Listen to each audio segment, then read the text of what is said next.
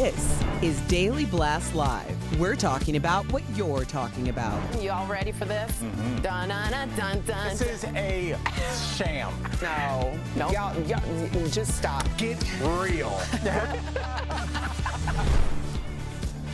Welcome to DBL. It's me with the gentleman. Yes. Good to see you both. No name, gentlemen, just the gentleman. Just the gentleman. I like it. Have you seen that movie, by the way? No, I heard it's good. It's so good, and I can't believe it took me like 2 years to watch it. Wait, it's fantastic. is it Guy Ritchie? Guy Ritchie, I did just see it. And Matthew it is McConaughey, good. the whole thing. I don't know why I just went on a tangent, but No, it's it's Monday, good. and the movie's fantastic if you haven't seen it. But some Gentlemen. movies have that slow build like that. Some movies need a couple years of word of mouth. So yeah, I'll check it out. Clue wasn't a big hit until word of mouth. Clue's been around for like 100 years. Yeah, here we go. It's almost been a month since the war in Ukraine started, and today in the capital of Kyiv, there was a massive explosion at a shopping center caught here that was hit by a Russian missile.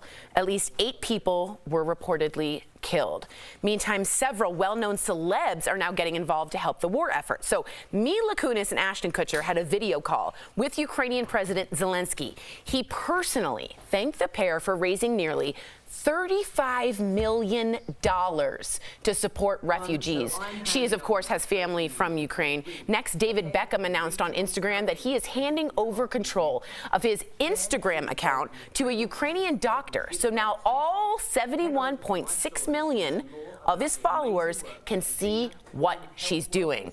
Dr. Irina is the head of Perinatal Center, and she's showing what it's like working in the middle of the war, including where pregnant women were evacuated to bomb shelters. She even shows some of the neighbors and the newborns. Finally, Max Chermakowski gave an update from Poland, where he's helping Ukrainian refugees.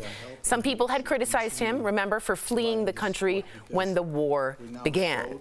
Now he's back in Poland. What do you all think of celebs helping celebs at this point? Jeff, you're always like, I don't want to hear from them. It just, when do you get in your mind? Listen, I'm all for it. Right, if anything they could do to help out in this case, I'm all for it. But when is a celebrity like Mila, they've been as Mila and Ashton have been famous forever, right? But at what level in your head, right? I'm just trying to picture it out like mentally, like, hey, I could really help this global problem with my presence. Like if someone's like, hey, the president of Ukraine wants to speak to you, I'd be like, what? I'm not getting on the phone with him. Yeah. What am I going to do, right? So I wonder in your head, were you, like, wouldn't you surpass, like, I could do, the whole world knows who I am and I could help out. Right. That's got to be crazy just to think that thought. That you have that much power. Right. Yeah. That's just a little sidebar. But what they're doing, I think personally, whatever you can do, if you have those kind of means or you have that power, whatever that power is, yeah, I'm all for it. You and Jordan have pretty big Instagram and You think me and Jordan could help world issues? No. And I can't even fix your faucet. I'm not giving anyone advice on anything. I meant if someone took over, let's say, Jordan's account, just like David Beckham was,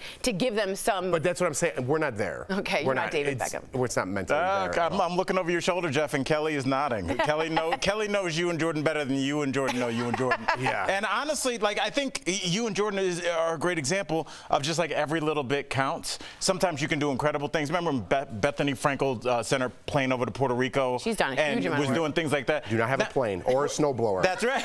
Or a snow. And the thing is, like, most people don't have a plane, but you can do something. And I guarantee you, of the people that follow you, there's somebody else that's like, oh, you know, Jordan turned her account over. Well, that reminds me, I can do this. I can make handmade newborn things and send that over. So it's kind of like this little thing where you just don't want to get in that position where you think I'm too small to help, because that's kind of what the opposition wants you to think. It's like everybody can do something boots on the ground, especially when you got 250,000 followers. Jeff, come on, man.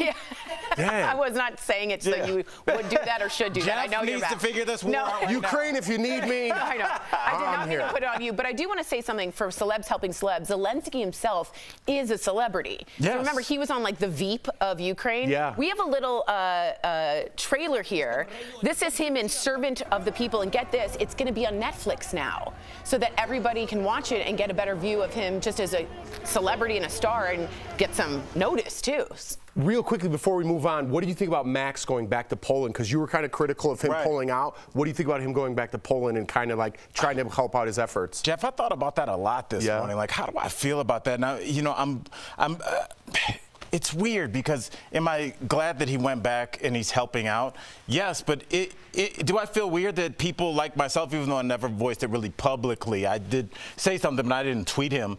But I do feel like a lot of people that thought like me and just took the next step pushed him to kind of go over there. So then I wonder, was it pressure and was that fair? Am I here to tell anybody where they should go away from their family into a war zone? Is that on Al Jackson or anybody watching this? So I keep thinking about it. I'm glad he's over there, but I wonder, is his heart in it? Does he wish that he wasn't? Does he wish he didn't publicize the fact that he left? It's just such a tough situation. I'm not backtracking. I'm thinking about this as a father. You're just and more also as like a countryman. Like, do you want to fight for your country? Of course. But like, I don't want to go to war. That's a very evolved. Neither does he. Right. That's a nuanced take on it. And I appreciate you saying that. What do you think about it? Well, to help you out a little bit, what we were just saying before, I think he could help better what he's doing with his following as opposed to picking up a rifle and fighting hand-to-hand combat, right? His celebrity in this case might help out more with what he's doing over there in Poland because he has people following him and say, you know what,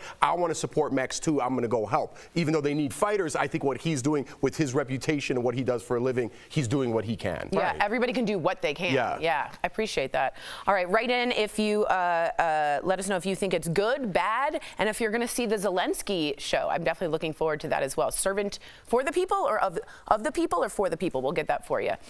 Now, do you all remember that little Ukrainian girl who went viral for this video? Remember this? Oh, we all started crying. She sang "Let It Go" in a crowded bomb shelter and got a standing ovation from everyone. Well, look at her now.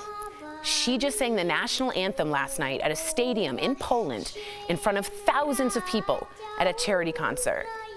You know, it just brings me to the comparison that Putin tried to use a child to show propaganda, and here's a girl organically singing "Let It Go," and they're saying this is what a real child and a real person and victim is doing. And I just think that's an interesting comparison to go against Putin's child. What do you guys think? I don't know, just being at a concert recently, so you get like some sort of emotions going on in you, right? You become part of the crowd. That's what's cool about concerts or comedy shows, right? Because it's the energy of the people in the room, right? So the energy for the people in that room, because I'm sure everybody saw that video, really brought them to what it was almost like in that bunker. Yes. You know, and you're sharing that humanity with everybody in that stadium, right? And you're watching this little girl like, you just came out of a subway bunker from Ukraine, and now you're performing here, and it's like it shows the humanity in the world despite all the evil videos that we're seeing on the other side. And also, Jeff, as parents, you know, we look at the youth coming up, and, you know, there's this part where you always go, oh, the world's going to hell, Tori. I mean, what's going to happen when we're gone? But, like, you just see this younger generation, people like my kids' age, and, you know, 2 generations younger with this and I just feel really good about the future. I really do. And I know that's not usually what people our age say. They go, they don't do it like they used to, you know, our day. But I kind of like what I'm seeing from these kids. They're resilient. A lot of the mask stuff never came from kids. It was their parents yelling at people at school boards. Kids are resilient and they are tough. They can handle things that we don't think that they can. You can talk to them about, hey, here's what gay marriage is. And they're like, cool.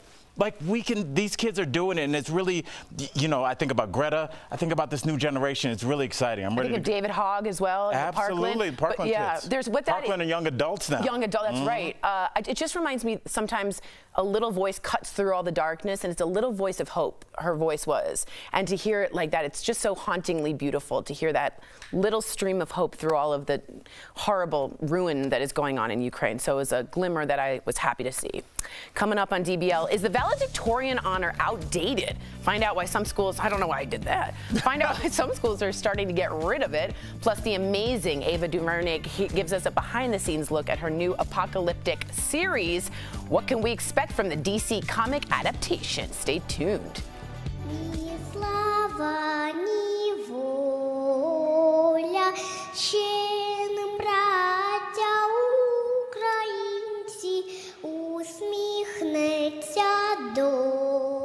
Closed captioning provided by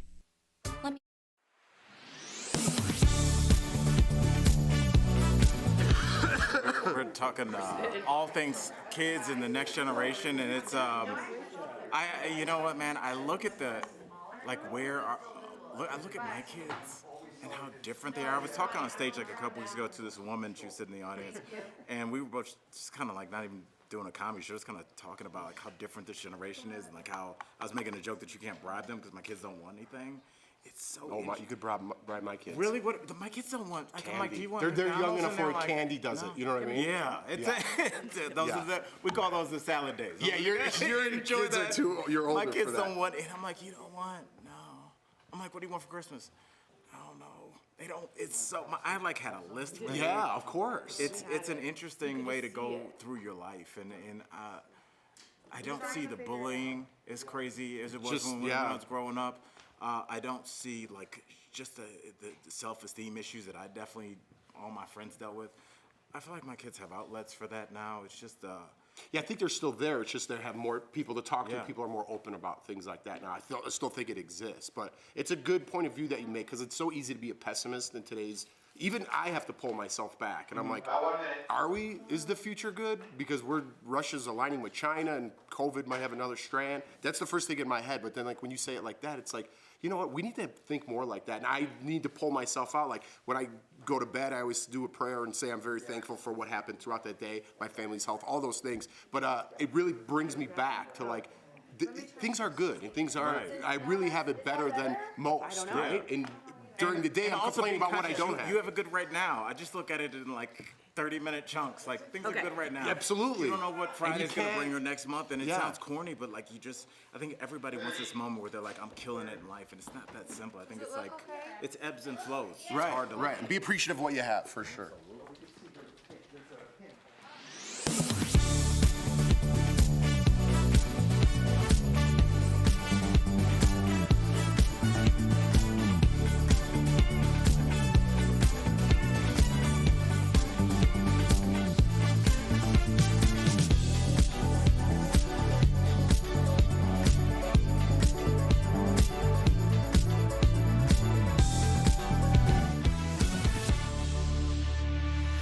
Welcome back. So some high schools are doing away with the class valedictorian. This is the last year a high school in Ohio, Cavs. thank you, will recognize one student as its valedictorian. Some schools here in Denver are also doing away with valedictorians, calling the practice of ranking students, quote, outdated. Boo. But some criticize the idea, like Jeffrey, saying it's unfair to the student who achieves the highest honor in their class.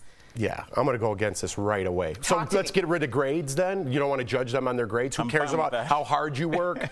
Listen, this whole ranking thing of like everybody gets a ribbon, I'm not for it at all. It doesn't teach you anything because every time I've lost in life, meaning not first place, I've learned something from that experience, right?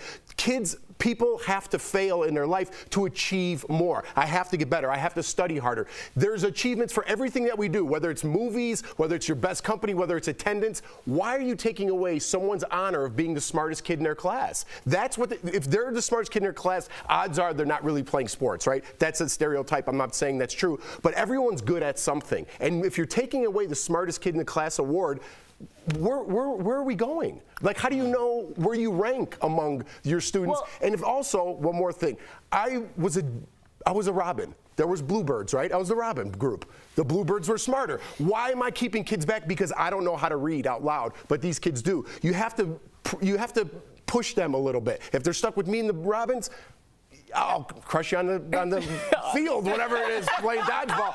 But I mean, academically, you're better than me. Right, and I do like the ranking system. I do think that it could be more specific. I think a lot of times with school, as I look back at a lot of people that I went to college with or went to high school with, I realized that a lot of them probably, had they been exposed to working with their hands, I feel like a lot of kids my age, even myself included, I was told that, like, if you don't go to college, like, I thought I was going to be like a homeless person on the street.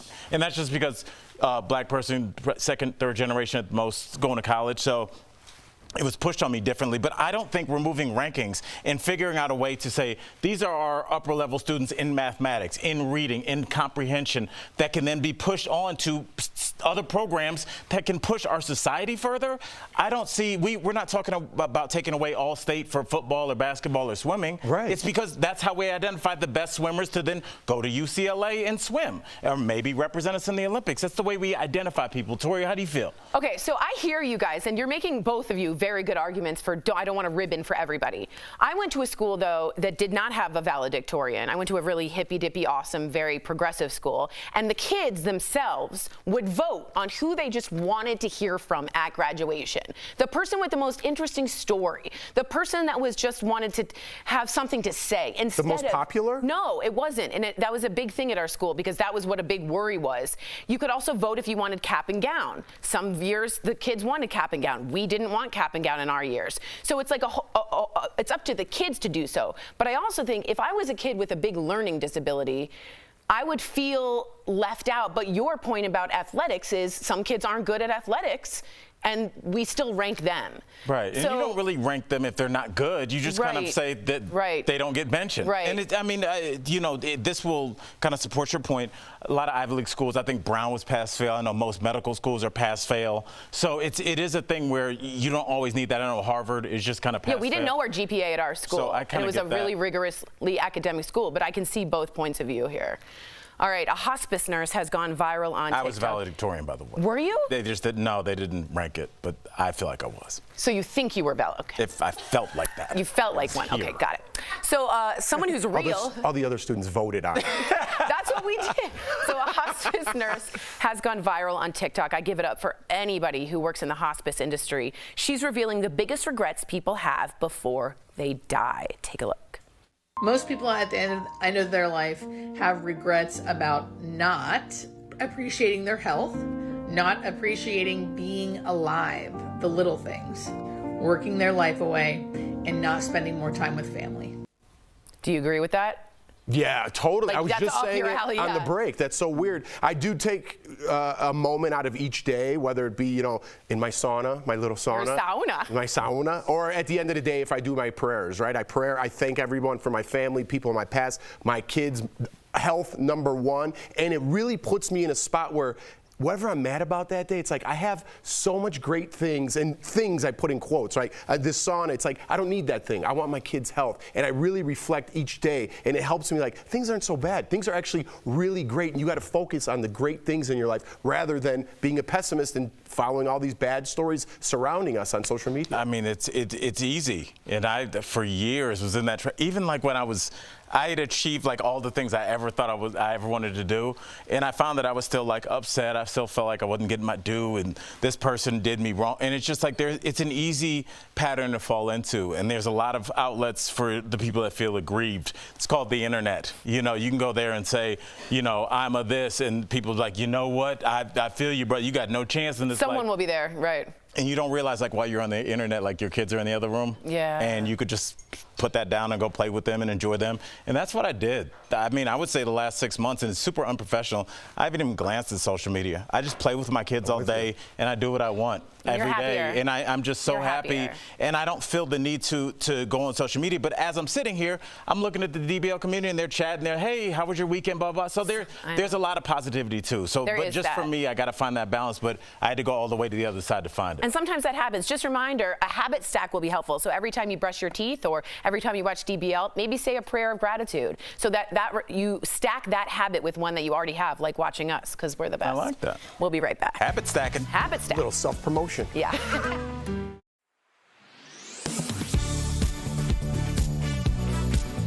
Are the prices you're paying for gas at the pump staying high and the prices of crude oil dropping? To find out, we went to these sources: the U.S. Energy Information Administration, AAA, and the statistics company, Trading Economics. According to both the EIA and Trading Economics, the last time crude cost roughly $96 a barrel was February 28th of this year. So what was the price of gas at that point? According to the EIA and AAA, the national average was between $3.60 and $3.70 a gallon. So the data supports the president here. The last time crude oil cost roughly $96 a barrel, gas was cheaper than it is now at around $3.60 a gallon. Figures from Trading Economics and AAA show that on the day Biden posted his tweet, crude prices were trending downward and had fallen below $96 a barrel, while gas cost $4.31 a gallon. That means we can verify, yes, the price of gas is staying high even as the price of crude is dropping. But that doesn't mean it'll stay that way. We spoke with experts at Gas Buddy who told us gas prices often lag behind oil prices during times of high volatility. They told us, quote, "There is no hard and fast rule for how long it takes gas prices to drop once oil prices decline. However, in this instance, we're expecting most of the U.S. to feel some sort of relief in the next few days, and for prices to potentially drop below the $4 mark on average in the next 3 to 5 weeks. That is, of course, dependent on oil prices staying where they are now." Nonetheless, Biden isn't the only one accusing the oil and gas industry of taking advantage. For its part, the American Petroleum Institute, a group that represents some oil companies, said to us in a statement, quote, "It takes time for changing market conditions to work through the supply chain and for the price of crude oil to be widely reflected in the price we pay at local gas stations." With your Verify, I'm Casey Decker.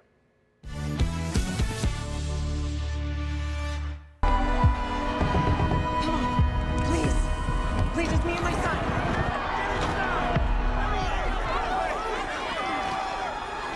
Christian? Christian?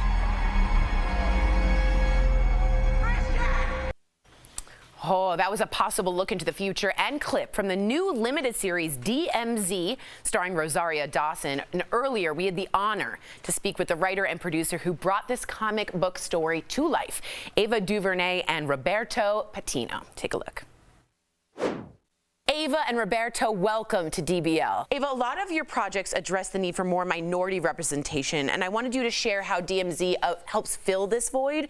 And also, I'm a little bit of a comic book nerd, like a graphic novel nerd, and I know you also have a series, Naomi. I wanted to know, are you kind of a comic book geek, like me? I am a little bit. I have 2 shows that are based on DC comics and graphic novels right now, and I just enjoy it. I enjoy the world building, the fantasy, and enjoy seeing all kinds of people inhabit those worlds. For me, it's less about minority representation. It sounds kind of dry. Right. It's really about just seeing the world the way it is. There's all kinds of people walking around, and so all kinds of people should be in the stories we tell. It's really simple. And so this one is a joy because DMZ is inhabited by all kinds of folks. It's a real thrill ride.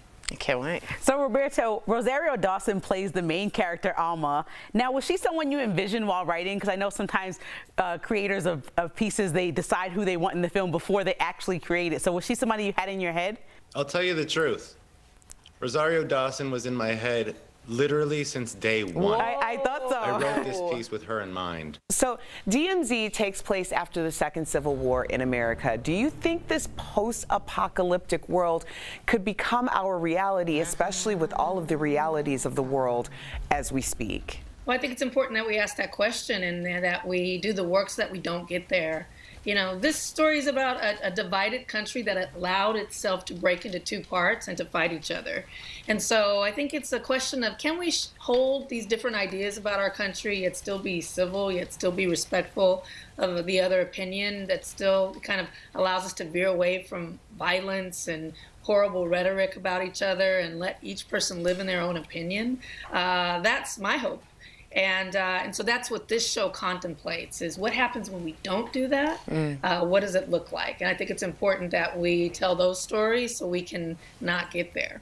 Right. Great. I agree with that. All right, Roberto, DMZ also confronts toxic masculinity. And as the man who wrote the screenplay, was it challenging to write a strong female lead? How did that writing process work for you?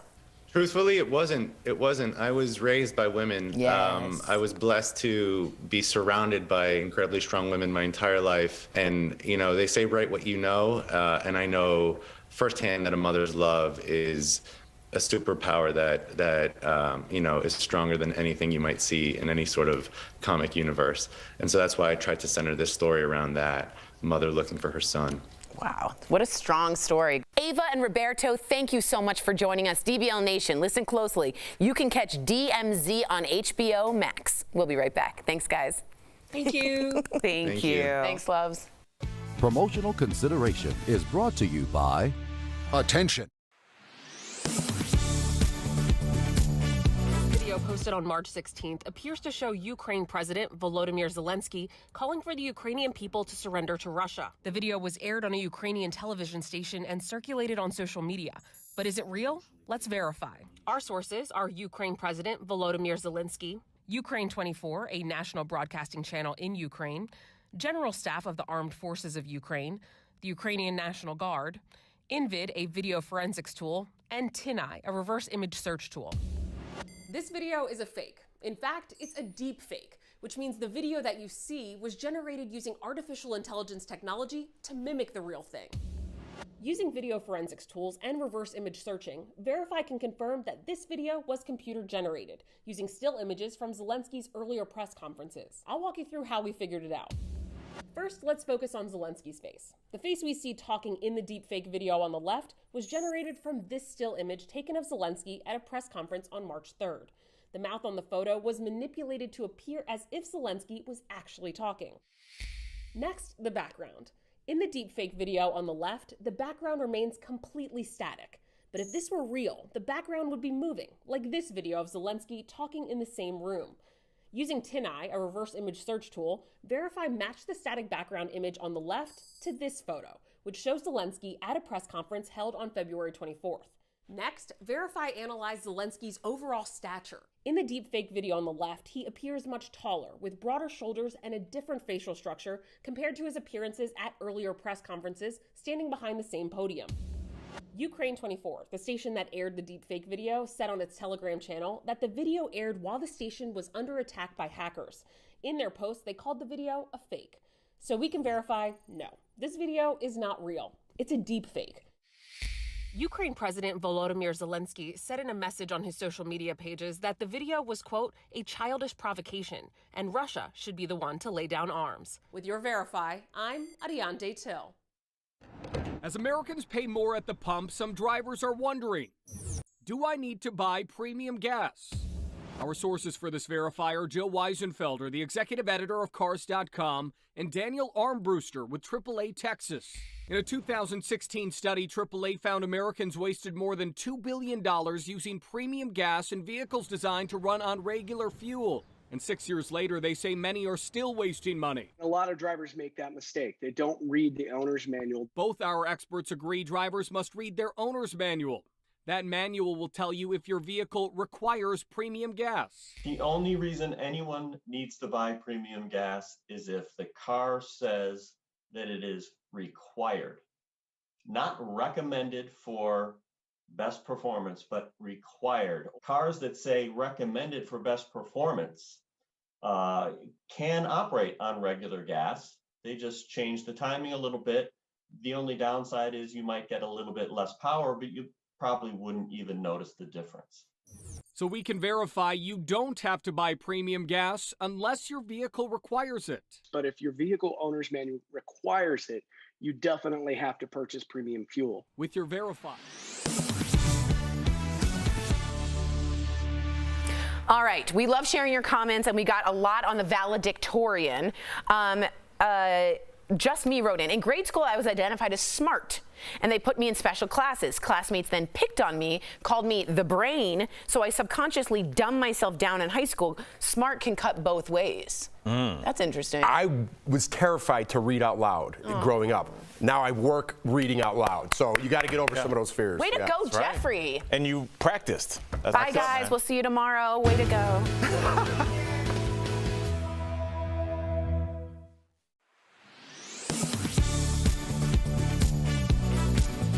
President Joe Biden announced the United States will ban all Russian oil imports in retaliation for Russia's invasion of Ukraine. But he also acknowledged that the ban would bring additional costs to Americans, particularly at the gas pump.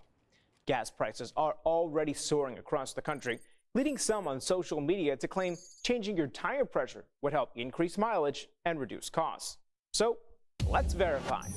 Can properly inflating your tires help improve your gas mileage? Our sources are the U.S. Department of Energy, the National Highway Traffic Safety Administration, and Sean Huff, staff researcher at Oak Ridge National Laboratory. According to the DOE, the correct PSI, or pounds per square inch of tire pressure, can boost your gas mileage up to 3%. With the current price of gas across the country, that's the equivalent of saving more than 10 cents per gallon of gas. The National Highway Traffic Safety Administration also said properly inflating your tires can save you money, but only 19% of drivers actually do so. Properly inflating the tires is a way to minimize the amount of energy it takes to push the vehicle down the road. So as the tire pressure goes down below the optimum pressure, it basically, the tire deforms or flattens. And as the tire flattens, then it's more difficult for the tire to roll on the pavement. And then that, of course, requires more energy to, to move the vehicle down the road. So we can verify, yes, properly inflated tires can improve your car's fuel economy. To find your car's correct PSI, you'll need to check the sticker inside the driver's side door. With your Here's verify. what we're talking about today on Daily Blast Live. Celebrities show support for Ukraine, from Ashton and Mila donating millions to David Beckham handing over his Instagram account to a hero doctor. Are these stars really making a difference? A new Bigfoot sighting has started a debate. Do you believe in this mysterious creature? Kanye West gets banned from performing at the Grammys. Does he deserve to be there? Plus, the author of Dear White Woman will be here live, and Ava DuVernay gives us a behind-the-scenes look at her new apocalyptic series. They call this a demilitarized zone. This ain't no neutral territory. Oh my gosh. Are you insane? This is a sham. No. Y'all, just stop. Finally here. Drum roll. Welcome to DBL. We hope you guys all had a great weekend.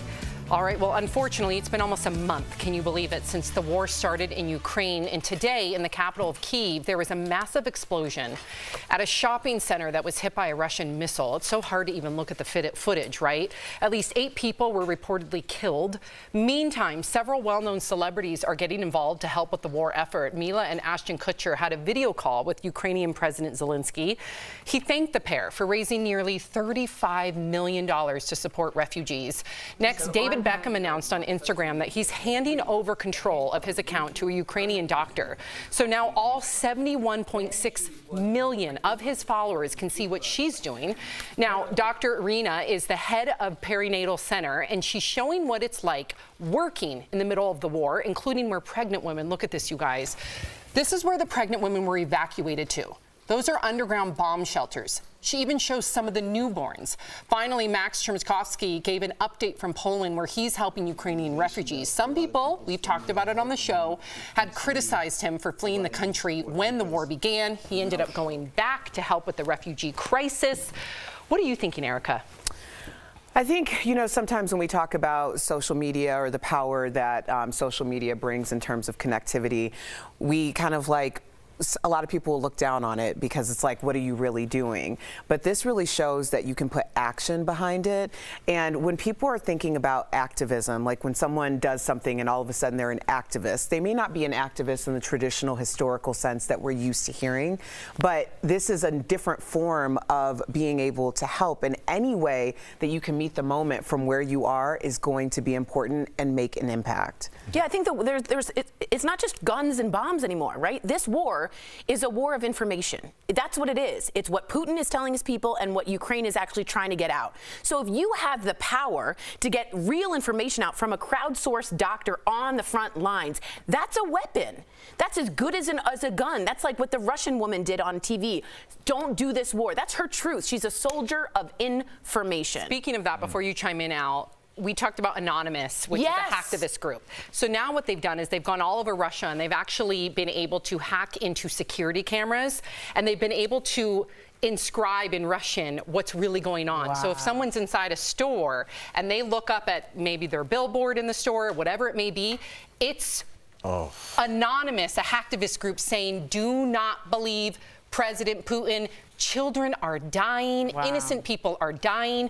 So, yeah, it's changing minds. Yeah, I mean, this is where we are, and I think this is something that Putin, did not see coming. I agree with you, Al. He is an expert when it comes to Cold War tactics. He's an expert when it comes to being icy cold and direct in his action. What he's not an expert in is TikTok.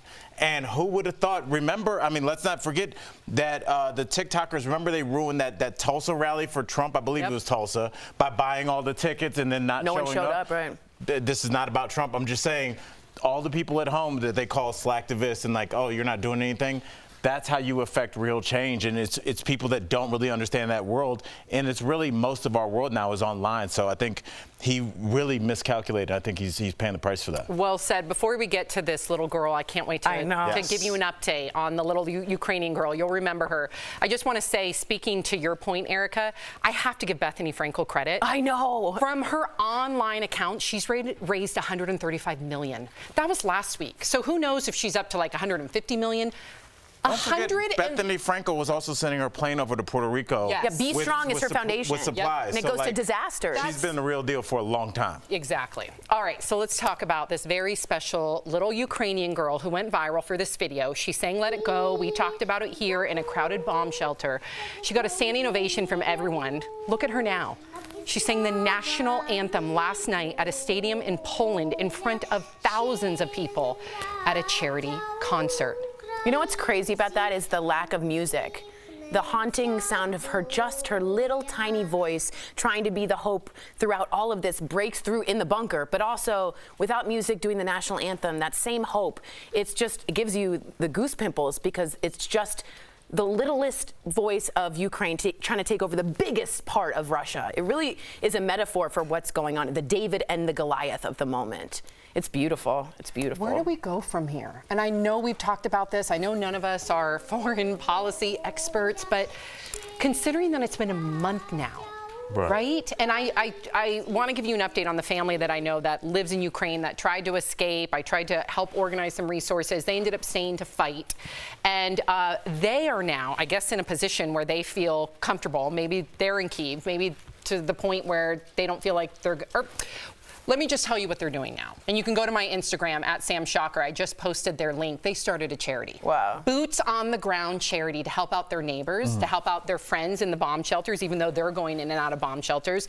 They are raising money. 100% of the funds are going to their neighbors and to themselves, but mostly to their neighbors, medical supplies, food, helping people escape that want to escape. So not only are you getting people overseas that are trying to help the Ukrainian people, you have people in Ukraine trying to help their community. Sam, I'll tell you what I hope from this, because when the day that Russia first invaded, my first thought was like, oh, people still do that? Right. It seemed archaic. It seemed like that's not how we fight wars. We do it cold. We shut your internet off. We don't do trading.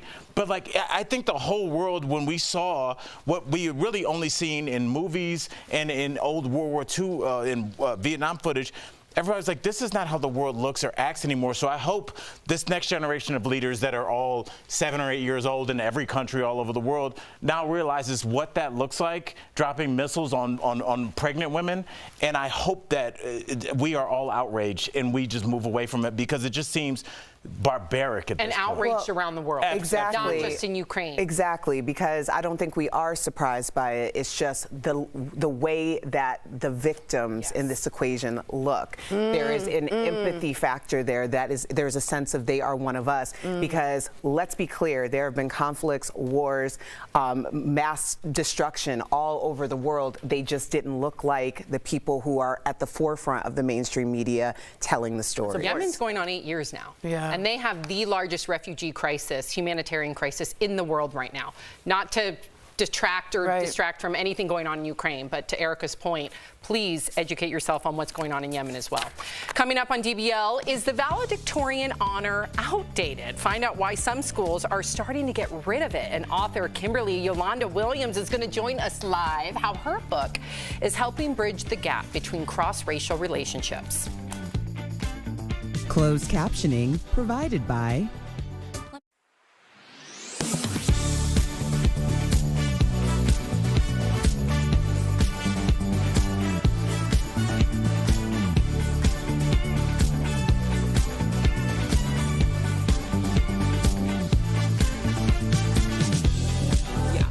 Yes, it is. Yeah.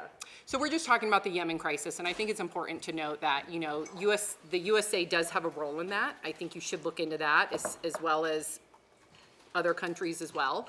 But I think, you know, you can't be hypocritical about it. You know, there was a meme that went viral of a little boy that, thank God, crossed the Ukrainian border safely. But he apparently had like a plastic bag, a phone number written on his hand, and everyone's applauding him to be a hero. And I'm so glad he's okay, and I'm so glad people are applauding him to be a hero. But what about like the little Colombian boys that have come here with phone numbers written on their hands with a little bag, and then they get locked up in a cage? Right. That's on all administrations. So I'm not singling out just the Trump administration. The Obama administration is guilty of that too. Now, they never separated families, but they also locked people up in cages, and children in cages. So we have some issues here in America that we really need to figure out. Yeah. A really deep look. Yes, It's exactly. Foreign policy, it's a thing, and we cannot act like it's not a thing. And I was so happy in our last segment that we did use the R word, which is refugees, which we have not heard. People there, people in crisis, people that are in danger, but they are refugees. They are people that are fleeing from terror. And I remember that the caravan that was coming up, I believe from El Salvador a couple of years ago, when they were tracking it like it was a swarm of bees coming up from Central America. And it's like these areas that we destabilize we look at Mexico like it's out of control. I wonder why. We have we have a huge cocaine problem in this country that needed to be appeased. And that's why these cartels are fighting and making so much money. So we have to make sure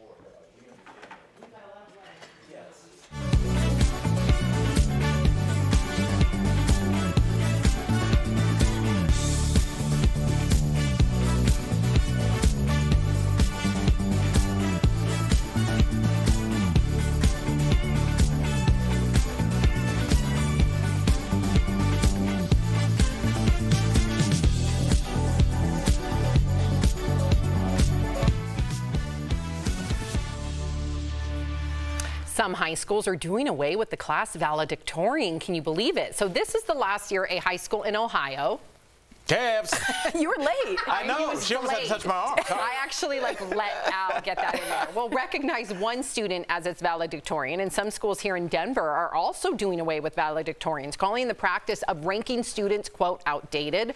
But some criticize the idea, saying it's unfair to the student who achieves the highest honor in their class. Erica, considering that your mom is an educator, Dr. Cobb, in the college format, what do you think where do you think she would lie here? I'm not going to speak for my mother, but I would say that I'm not for this at all. I mean, competition, people are, for some reason now it's seen as, terrible because it's difficult on people's mental health. And I'm not going to say that in a light way because mental health is important. But the idea of having competition also breeds success. Competition also breeds the ability to become better. And the idea that we would do is for valedictorian, are we going to do this for the MVP of the football team or the basketball team? This is nonsense to me. I'm sorry. Okay, and what's really funny is that our school did this from a long time ago. My high school, Georgetown Day School, has never had a valedictorian. And the reason is, I went to a very progressive, rigorous academic school, but the idea was to lose the competition aspect and the students of that grade vote every year for which kid they just wanted to hear speak, who had the best story. So subjective, though. And it could go most popular, which some people think it could do, but most of the time, it was someone who had the best story with the best storytelling. And to me, it helped, but I completely see your point of view as what if you're a swimmer that gets first place? You're not taking that down. And a lot of people who've written us right here on YouTube said, I worked really hard to be valedictorian and I beat out a lot of people because of that. So I'm kind of in the air here. I liked not having it, but I also see the point of competition. And can I just speak for the 99%, the non-valedictorian percent? Don't say that to you casually, considering that you went to Brown. I know, but I wasn't anywhere close to a valedictorian. And I think for the people that aren't anywhere close, early, 2 days in the freshman year, this ain't happening, buddy. We're not we need to ban valedictorians. When our valedictorians spoke, we're like, oh yeah. Same. They never got less than an A+. Good for them. I want to hear what they had to say. I don't think, and also just for ranking in terms of how we're going to move forward as a society, we need to identify, okay, this person's really good at engineering. Let's move them towards a program that's good. They'll design engines for the shuttle. We need to find. But much like standardized testing, this can be seen as something that the grades are somewhat somewhat subjective and useless in terms of what we have. It's not useless. It's the best way, no, but I mean, it is a helps them form. get into universities too. I'm all for it. I'm with you. I was never close to becoming salutatorian or valedictorian, and I was so proud. You were the valedictorian of your swim team, though. Maybe. You went, no, not maybe. You went to UCLA. You did. But I'm with you two. Sorry, Tori. No, I I'm think okay. It's ridiculous. You got to have some competition. I'm fine. I'm over here. Coming up on DBL, author Kimberly Yolanda Williams, you guys, she's going to join us live. She's talking all about the real life stories of racial biases between women. Coming up next.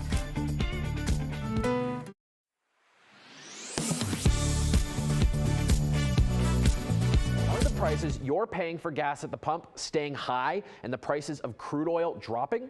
To find out, we went to these sources: the U.S. Energy Information Administration, AAA, and the statistics company, Trading Economics.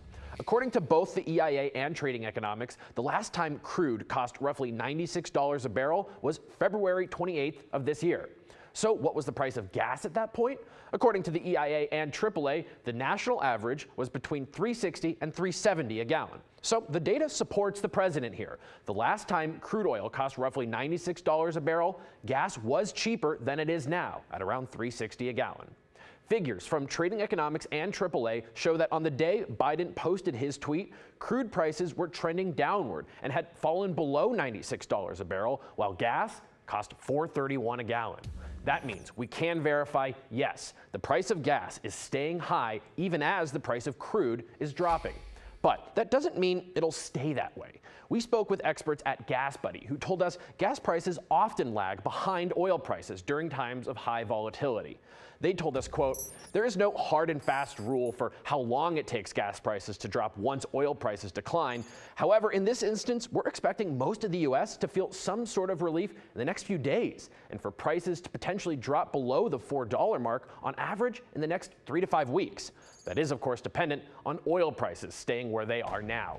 Nonetheless, Biden isn't the only one accusing the oil and gas industry of taking advantage. For its part, the American Petroleum Institute, a group that represents some oil companies, said to us in a statement, quote, "It takes time for changing market conditions to work through the supply chain and for the price of crude oil to be widely reflected in the price we pay at local gas stations." With your Verify, I'm Casey Decker. They are letters of love and anger, real-life stories of racial biases between women. Kimberly Yolanda Williams has been a diversity, equity, and inclusion consultant for nearly 20 years, and she wrote the book, Dear White Woman, Please Come Home. Today, she's going to join us live. Here she is to discuss why authentic cross-racial friendships are so difficult. Kimberly, thank you for coming onto our show to talk about this. Thank you for having me. Okay, so first and foremost, what was the springboard to write this book? The springboard, I will tell you, was anger. I was at a workshop for Black women and white women to come together and to heal and connect. And we did an activity right at the end of the workshop where Black women and white women would sit kind of knee to knee. This was pre-COVID, of course. And the Black woman would share a truth and tell the white woman why she hadn't shared it previously. And the white woman had a chance to respond to the Black woman. And most of the time, the white women responded that they didn't know. They didn't know what Black women were going through. And I was fired up thinking, how could you not know if we're on YouTube? If we're in the newspaper, we're on TikTok, like, how could you not know? And so I went home and I said, you know what? I'm writing a book so the white women will never again say they didn't know. And that's what I did. Here we are 4 years later. Dang. Kudos. I want to read every single page and just be a better ally. Absolutely. All right, what do you hope, really your hope, not just like a little hope, but what's your deep hope for the takeaway for white readers, but also for Black readers? Could you give me both on those? Yes. I think about Black women first, of course, because I identify, but really, I hope that Black women read the book and say, I see myself. I see my mom. I see my neighbor. I see my grandmother, and I feel validated. And just 2 days ago, a Black woman wrote to me on LinkedIn and said, I feel validated. I feel seen. My hope for white women is that they realize it's not as hard as it seems, that with these little steps that, I provide in the book, they could just make a few little changes and signal to women of color and to Black women specifically, I'm your ally. Yeah. I want to do this work with you. I want to support you.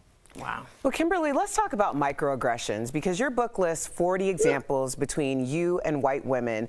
And, you know, I have to tell you personally, people always think it's the, you know, person who's being very overtly racist that really hurts me. It's not that. It's the people who are trying to show allyship, but they're not really processing what that necessarily means in action. So can you give us some example of how microaggressions have happened for you?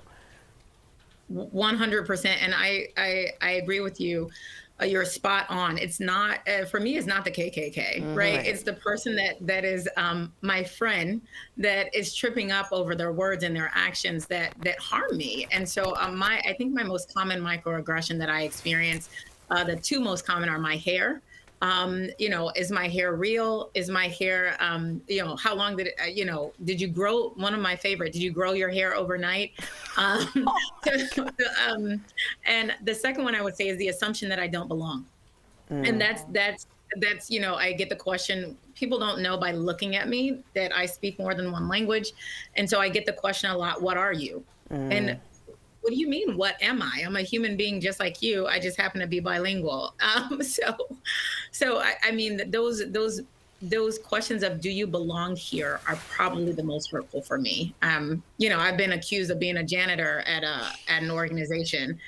So, you know, are you the janitor? Can you show, are you the, you know, at Target shopping and I don't have on red and khakis, and can you show me where to get X, Y, and Z, you know? And I'm like, I don't work here. Right.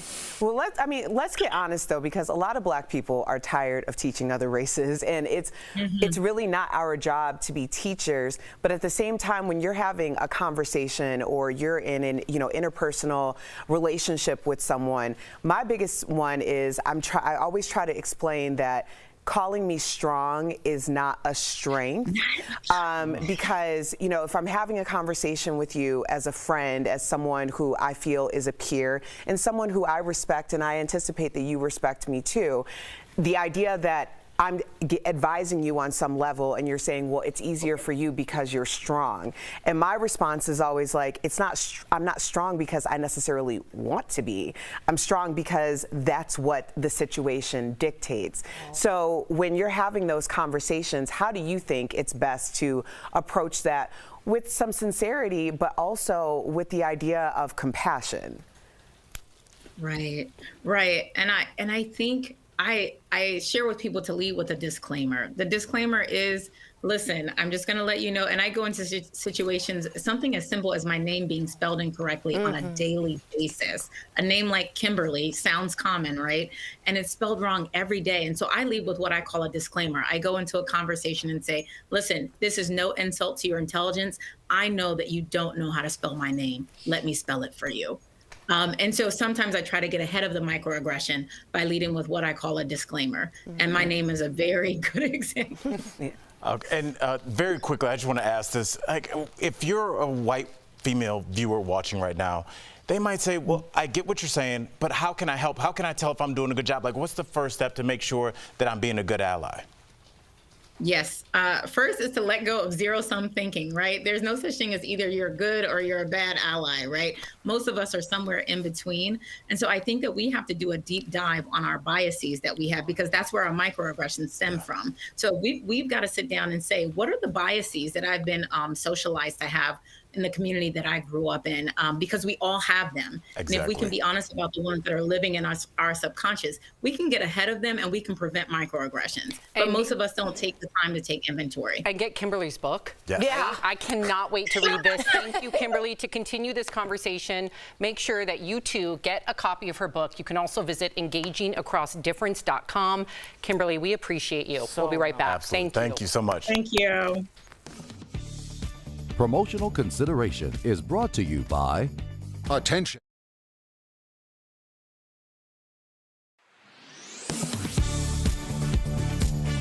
Video posted on March 16th appears to show Ukraine President Volodymyr Zelenskyy calling for the Ukrainian people to surrender to Russia. The video was aired on a Ukrainian television station and circulated on social media. But is it real? Let's verify. Our sources are Ukraine President Volodymyr Zelenskyy, Ukraine 24, a national broadcasting channel in Ukraine, General Staff of the Armed Forces of Ukraine, the Ukrainian National Guard, Invid, a video forensics tool, and TinEye, a reverse image search tool. This video is a fake. In fact, it's a deep fake, which means the video that you see was generated using artificial intelligence technology to mimic the real thing. Using video forensics tools and reverse image searching, Verify can confirm that this video was computer generated, using still images from Zelenskyy's earlier press conferences. I'll walk you through how we figured it out. First, let's focus on Zelenskyy's face. The face we see talking in the deepfake video on the left was generated from this still image taken of Zelenskyy at a press conference on March 3rd. The mouth on the photo was manipulated to appear as if Zelenskyy was actually talking. Next, the background. In the deepfake video on the left, the background remains completely static. But if this were real, the background would be moving, like this video of Zelenskyy talking in the same room. Using TinEye, a reverse image search tool, Verify matched the static background image on the left to this photo, which shows Zelenskyy at a press conference held on February 24th. Next, Verify analyzed Zelenskyy's overall stature. In the deepfake video on the left, he appears much taller, with broader shoulders and a different facial structure compared to his appearances at earlier press conferences, standing behind the same podium. Ukraine 24, the station that aired the deepfake video, said on its Telegram channel that the video aired while the station was under attack by hackers. In their post, they called the video a fake. So we can verify, no, this video is not real. It's a deepfake. Ukraine President Volodymyr Zelenskyy said in a message on his social media pages that the video was, quote, a childish provocation, and Russia should be the one to lay down arms. With your Verify, I'm Ariane Till. As Americans pay more at the pump, some drivers are wondering, do I need to buy premium gas? Our sources for this Verify are Joe Weisenfelder, the executive editor of Cars.com, and Daniel Armbruster with AAA Texas. In a 2016 study, AAA found Americans wasted more than $2 billion using premium gas in vehicles designed to run on regular fuel. And 6 years later, they say many are still wasting money. A lot of drivers make that mistake. They don't read the owner's manual. Both our experts agree drivers must read their owner's manual. That manual will tell you if your vehicle requires premium gas. The only reason anyone needs to buy premium gas is if the car says that it is required, not recommended for best performance, but required. Cars that say recommended for best performance can operate on regular gas. They just change the timing a little bit. The only downside is you might get a little bit less power, but you probably wouldn't even notice the difference. So we can verify you don't have to buy premium gas unless your vehicle requires it. But if your vehicle owner's manual requires it, you definitely have to purchase premium fuel. Welcome back to DBL. So during the break, I was just asking Erica for some additional information. I thought, yeah, please. Yeah, no, I think what Kimberly did was really give people a template and strong examples of what microaggression means. But for me, I'm very much like, if someone is willing to be vulnerable and do the work and want to have a sense of allyship and want to get better, I'm certainly not going to, take them to task for maybe not getting it right. I think this book really introduces the conversation. I love it. Well said. If you guys are leaving us, you can watch the second half of the show online on YouTube, dailyblastlive.com, or our app. But if you get the second half of the show where you are, here is what's ahead. The amazing Ava DuVernay gives us a behind-the-scenes look at her new series. What can we expect from the DC comic adaptation? And Kanye gets banned from performing at the Grammys. Was this the right choice?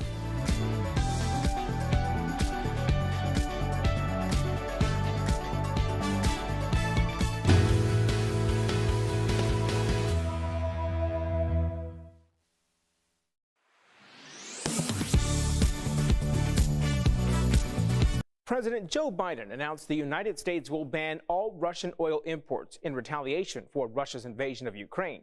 But he also acknowledged that the ban would bring additional costs to Americans, particularly at the gas pump. Gas prices are already soaring across the country, leading some on social media to claim changing your tire pressure would help increase mileage and reduce costs. So let's verify. Can properly inflating your tires help improve your gas mileage? Our sources are the U.S. Department of Energy, the National Highway Traffic Safety Administration, and Sean Huff, staff researcher at Oak Ridge National Laboratory. According to the DOE, the correct PSI, or pounds per square inch of tire pressure, can boost your gas mileage up to 3%. With the current price of gas across the country, that's the equivalent of saving more than 10 cents per gallon of gas. The National Highway Traffic Safety Administration also said properly inflating your tires can save you money, but only 19% of drivers actually do so. Properly inflating the tires is a way to minimize the amount of energy it takes to push the vehicle down the road. So as the tire pressure goes down below the optimum pressure, the tire deforms or flattens. And as the tire flattens, then it's more difficult for the tire to roll on the pavement. And then that, of course, requires more energy to move the vehicle down the road. So we can verify, yes, properly inflated tires can improve your car's fuel economy. To find your car's correct PSI, you'll need to check the sticker inside the driver's side door. With your Verify, I'm Brandon Lewis.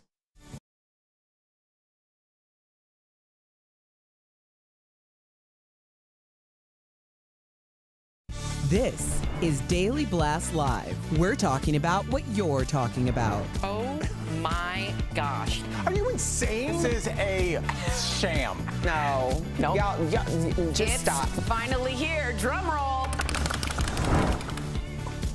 Oh, welcome to DBL. Okay, we got to start with this. You may have seen the news over the weekend. It was trending all over social media. Kanye West won't be performing at the Grammys next month. Kanye's rep said the rapper was pulled from the lineup due to his, quote, concerning online behavior. This comes days after Kanye was temporarily banned from Instagram after using a racial slur directed at Trevor Noah, who is hosting the Grammys. Trevor apparently had nothing to do with the decision, but he did take some swipes at Kanye on the Daily Show last night for harassing his ex, Kim Kardashian. Trevor has since quoted or tweeted out, quote, I said counsel Kanye, not cancel Kanye. Woof. What do you think about Trevor's response? And what do you think about Kanye not performing? I understand the logic behind him not performing, but I also know that if he does not perform, Patty, our executive producer, and Michael Dean, they're going to have our stories queued up, and it's going to be, guess what, ratings are down again this year. If Kanye performs, we will not be leading with that story. It will be like highest ratings in a long time. So, are we, as a society, going to say that we are going to allow artists to perform that we find palatable? Or are we going to say that it's all about eyeballs, advertising dollars? I don't know which one's right. I don't know which one is wrong, because everybody has a bottom line they got to fill. But Kanye not being there is going to take some away from the performance, take some viewership away, maybe even mine. I hear you. Talk to me. But at what point are we quantifying exploitation for someone who I think there has been some degree of mental health has been talked about? So is it important to have him be there so that you can quantify and pick up on this exploitation of what might happen? Because Kanye can hijack a moment whether he's on the bill or on the schedule or not. I think that's what they're worried about. Right. So at that point, you got TV time. That means that we can't just have something go rogue in the middle of a live broadcast. Yeah. So I can understand the decision. Yeah, I think there's two things. One is exactly right. Remember, he took at the VMAs, I believe it was, there it is. Taylor was winning. He took the mic, said he wasn't even up for that award, and said, I'm gonna let you finish. And then he went on to say Beyonce should have been the one. And it was this big pop culture moment, right? A, I think they're worried about him doing something like that. But B, I don't think the Grammys wanna endorse someone who, to me, is acting as a harasser. And I think the Grammys have already had some black eyes with what they've seen and what they've done in the past. And I've seen they've been boycotted before. I don't think they want to add to that. And again, I think it's about, if you put Kanye on, what's the first thing I would say on the next show? We exploited someone's mental health and Kim Kardashian's safety for eyeballs. And I don't think that's what Grammys should be doing. I don't know. We let people fight other people in cages. We let that's a lot of things go. But there's also been without mental health issues. Kim doesn't want this. I'm just saying, we all say what we want to think that we feel on this panel as human beings. But there's a reason that people watch people walk across tight ropes in between buildings. There's a reason that we watch people jump over canyons on a motorcycle. Yeah, but you know, it's if something bad happened, we would all criticize the Grammys for exploiting his mental health. But that's Sam, let's be better. Let's be better. Tell the advertisers that people want eyeballs on these things so they can sell. But what kind of eyeballs? Do you want the right eyeballs? I don't think it matters to them. I think they want to see the biggest number associated with Grammys.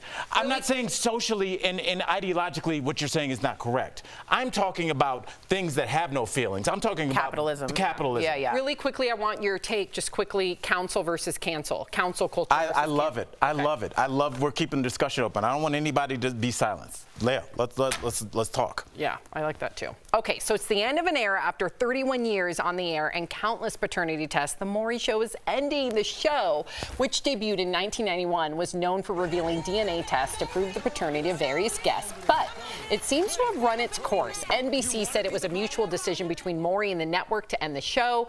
As for who could replace Maury, according to Deadline, Queer Eye's Karamo, his new talk show looks like it might be a contender. I know all the inside deets on this, and I cannot speak on it. Why would Way you to tell just us dangle that? the carrot. Because I have to be forthright. I'm not going to participate in this decision, but I know all the. Okay, well, I don't know anything, but Karamo's our boy, right? Yes, he is. And in terms of what makes the most sense when it comes to the succession planning, Karamo's been on Maury multiple times. You know, he's guest hosted. I was He's going to been say, on. make that clear. Yeah, right. He was not the father. He was the host. Yeah, but I just think that this makes a whole lot of sense, and I am so happy for him and so proud of him if that's what's happening. Yeah, since we don't know, and I'm like trying to see and read her body language, we don't know. I think it would be a great move. I also think Maury's setup, which you had spoke about earlier, became an industry. Just the opening of that envelope with the highest amount of stakes with not knowing was the simplest way to make people tune in. It's a great concept, and if Karamo continues it, maybe it'll be part of the show, not the whole show, because I think he'd want to do more talk too. I hope. I don't know. But I don't see Karamo taking over Maury's format, just the time slot. I do. I could see. Sam's like over there just looking. We're just speculating. I'll just say this. Little segment. Karamo is going to be successful no matter what he does. He's super driven. He's super kind. And a lot of people don't know he used to be a social worker. So I think all of that, no matter what he does, his empathy shines through. That's all I'll say.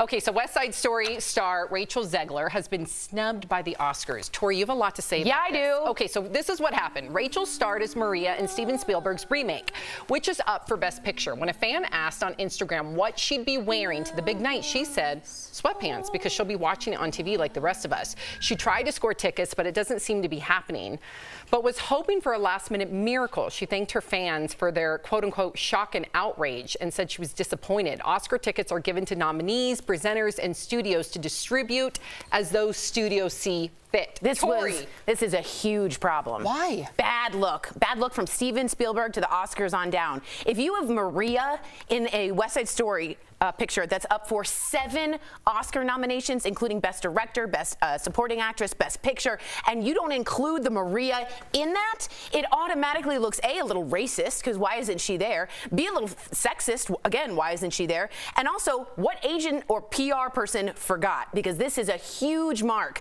If they're trying to diversify the Oscars, not so white, they didn't do a really good job on this one. I don't know about that. Dude, this is really bad. But what about the crew? If it's the crew that's primarily, so in Hollywood, you have the term below the line. Below the line is all the crew involved. That's what most of the nominations are coming from. Right. So perhaps because it's 7 nominations, those person plus their plus one.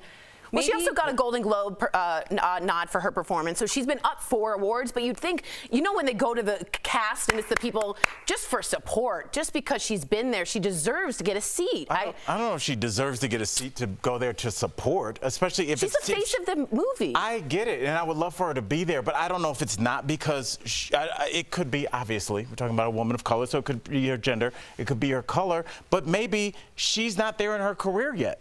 when you get to a certain point in your career, there's no discussion about who's going to be, you know, that you're going to have a seat at the table. She is a young, budding superstar, and maybe she is just not there in her career yet. And I don't know if we can automatically just go to gender or her race. Could that be a thing? Absolutely. But I'm not sure in this case if we want to slap that label on them on that. With the Oscars, I'm happy to. What do you think? She should be there. Yeah, that's ridiculous. How are you gonna have a whole table without the stars of the show? Maria's not there? But we never That's weird. honor the crew, ever. The crew is never honored. What if all the allocated tickets are going to the crew because those are the ones that were nominated? They need more tickets.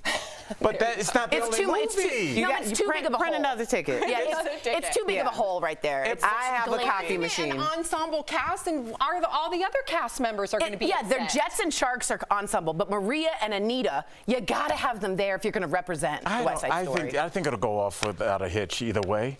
You're saying she's got to be there. I don't know if it's that situation. There's a petition it's already. It's not Black Panther or something like just No, a but it's a big hit. snub, and you know what? It could be read the wrong way. It can be read the wrong way with the Oscars. She's a very petite woman. She could fit right in there.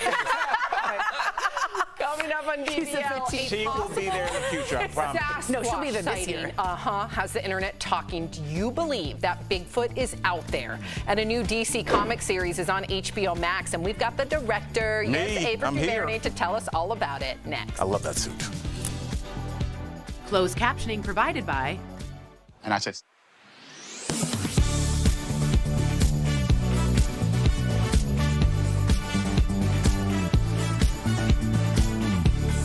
We'll be back. I just got to tell them that nobody else can know. It's not printed yet. Sorry, Taylor. Cut it. Make sure it's cut first, Sam. Yeah.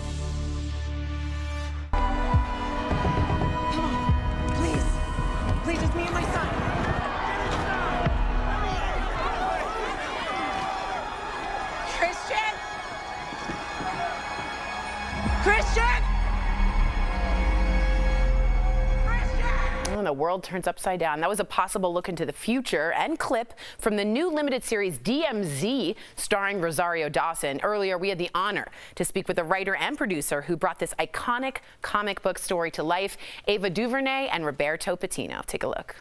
Ava and Roberto, welcome to DBL. Ava, a lot of your projects address the need for more minority representation, and I wanted you to share how DMZ helps fill this void. And also, I'm a little bit of a comic book nerd, like a graphic novel nerd, and I know you also have a series, Naomi. I wanted to know, are you kind of a comic book geek, like me? I am a little bit. I have 2 shows that are based on DC comics and graphic novels right now, and I just enjoy it. I enjoy the world building, the fantasy, and enjoy seeing all kinds of people inhabit those worlds. For me, it's less about minority representation. It sounds kind of dry. Right. It's really about just seeing the world the way it is. There's all kinds of people walking around, and so all kinds of people should be in the stories we tell. It's really simple. And so this one is a joy because DMZ is inhabited by all kinds of folks. It's a real thrill ride. I can't wait. So Roberto, Rosario Dawson plays the main character, Alma. Now, was she someone you envisioned while writing? Because I know sometimes creators of pieces, they decide who they want in the film before they actually create it. So was she somebody you had in your head? I'll tell you the truth. Rosario Dawson was in my head literally since day one. I thought so. I wrote this piece with her in mind. So DMZ takes place after the Second Civil War in America. Do you think this post-apocalyptic world could become our reality, especially with all of the realities of the world as we speak? Well, I think it's important that we ask that question and that we do the work so that we don't get there. You know, this story is about a divided country that allowed itself to break into 2 parts and to fight each other. And so I think it's a question of, can we hold these different ideas about our country, yet still be civil, yet still be respectful of the other opinion, that still kind of allows us to veer away from violence and horrible rhetoric about each other and let each person live in their own opinion? That's my hope. And so that's what this show contemplates, is what happens when we don't do that? What does it look like? And I think it's important that we tell those stories so we can not get there. Right. Great. I agree with that. All right, Roberto, DMZ also confronts toxic masculinity. And as the man who wrote the screenplay, was it challenging to write a strong female lead? How did that writing process work for you? Truthfully, it wasn't. I was raised by women. Yes. I was blessed to be surrounded by incredibly strong women my entire life. And, you know, they say write what you know. And I know firsthand that a mother's love is a superpower that you know, is stronger than anything you might see in any sort of comic universe. And so that's why I tried to center this story around that mother looking for her son. Wow, what a strong story. Ava and Roberto, thank you so much for joining us. DBL Nation, listen closely. You can catch DMZ on HBO Max. We'll be right back. Thanks, guys. Thank you. Thank you. Thanks, loves. Are the prices you're paying for gas at the pump staying high and the prices of crude oil dropping? To find out, we went to these sources: the U.S. Energy Information Administration, AAA, and the statistics company, Trading Economics. According to both the EIA and Trading Economics, the last time crude cost roughly $96 a barrel was February 28th of this year. So what was the price of gas at that point?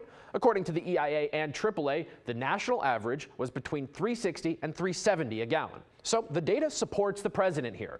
The last time crude oil cost roughly $96 a barrel, gas was cheaper than it is now, at around $3.60 a gallon. Figures from Trading Economics and AAA show that on the day Biden posted his tweet, crude prices were trending downward and had fallen below $96 a barrel, while gas cost $4.31 a gallon. That means we can verify, yes, the price of gas is staying high even as the price of crude is dropping. But that doesn't mean it'll stay that way. We spoke with experts at Gas Buddy who told us gas prices often lag behind oil prices during times of high volatility. They told us, quote, "There is no hard and fast rule for how long it takes gas prices to drop once oil prices decline.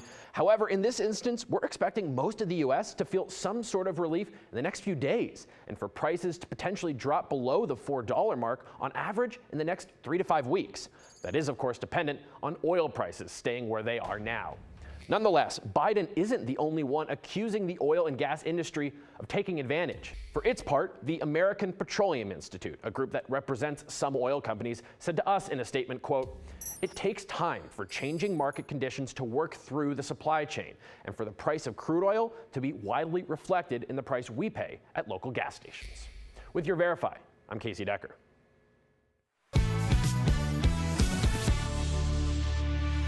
I love this story. So for decades, people have claimed they saw a strange man-like oversized primate in the woods. I'm talking about Bigfoot people. But despite all of our technology, the creature has never officially been captured on film.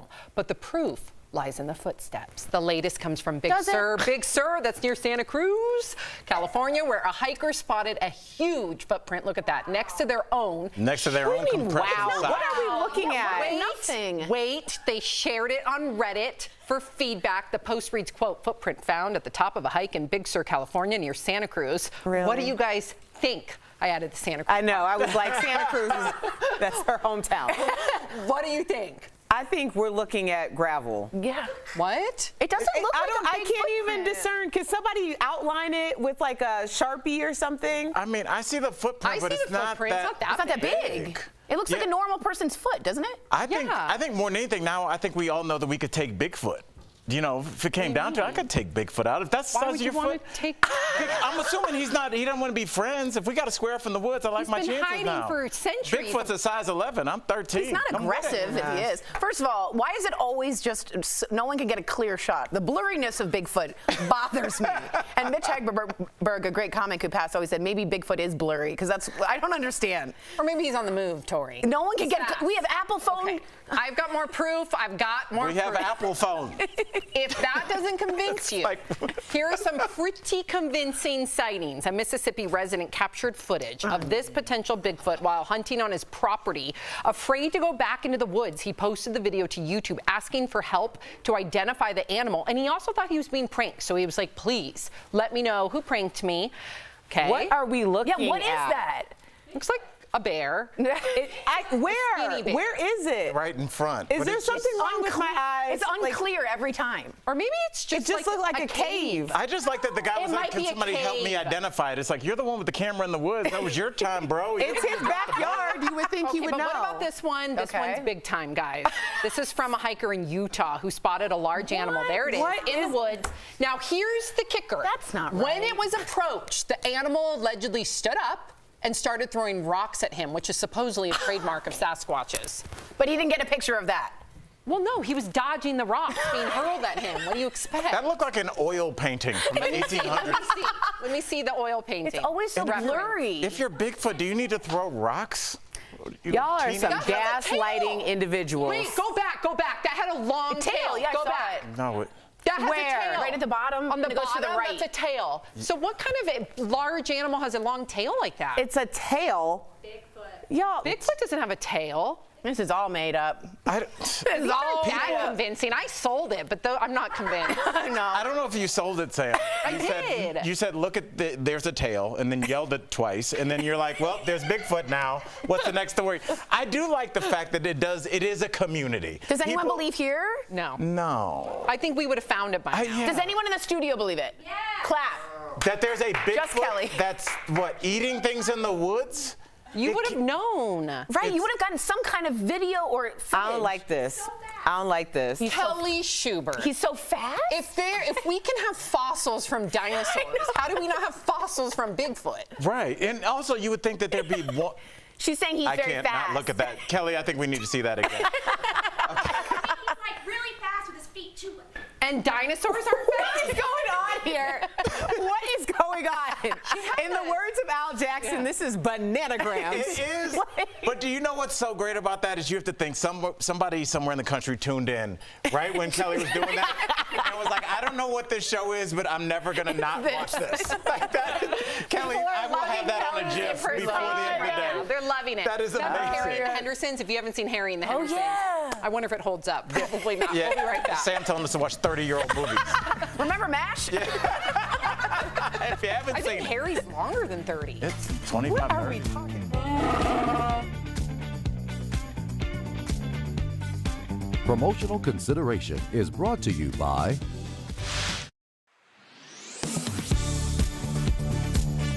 Video posted on March 16th appears to show Ukraine President Volodymyr Zelenskyy calling for the Ukrainian people to surrender to Russia. The video was aired on a Ukrainian television station and circulated on social media.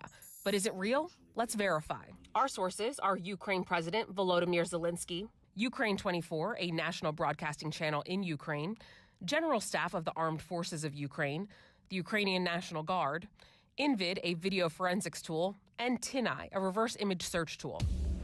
This video is a fake. In fact, it's a deep fake, which means the video that you see was generated using artificial intelligence technology to mimic the real thing.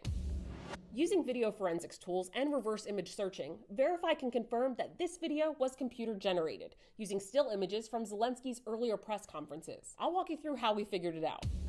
First, let's focus on Zelenskyy's face. The face we see talking in the deepfake video on the left was generated from this still image taken of Zelenskyy at a press conference on March 3rd. The mouth on the photo was manipulated to appear as if Zelenskyy was actually talking. Next, the background. In the deepfake video on the left, the background remains completely static. But if this were real, the background would be moving, like this video of Zelenskyy talking in the same room.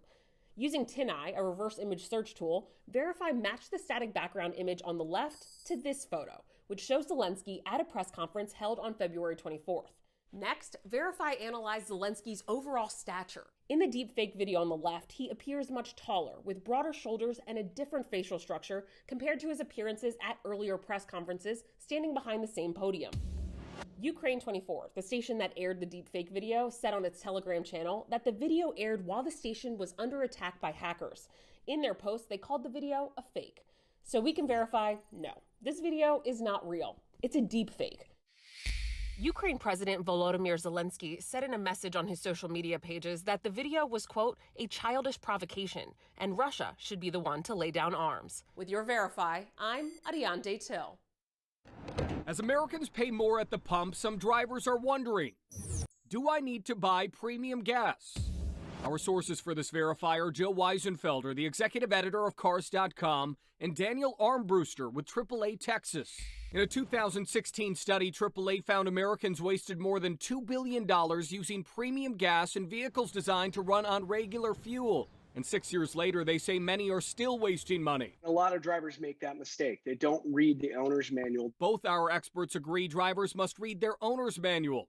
That manual will tell you if your vehicle requires premium gas. The only reason anyone needs to buy premium gas is if the car says that it is required, not recommended for best performance, but required. Cars that say recommended for best performance can operate on regular gas. They just change the timing a little bit. The only downside is you might get a little bit less power, but you probably wouldn't even notice the difference. So we can verify you don't have to buy premium gas unless your vehicle requires it. But if your vehicle owner's manual requires it, you definitely have to purchase premium fuel. With your Verify.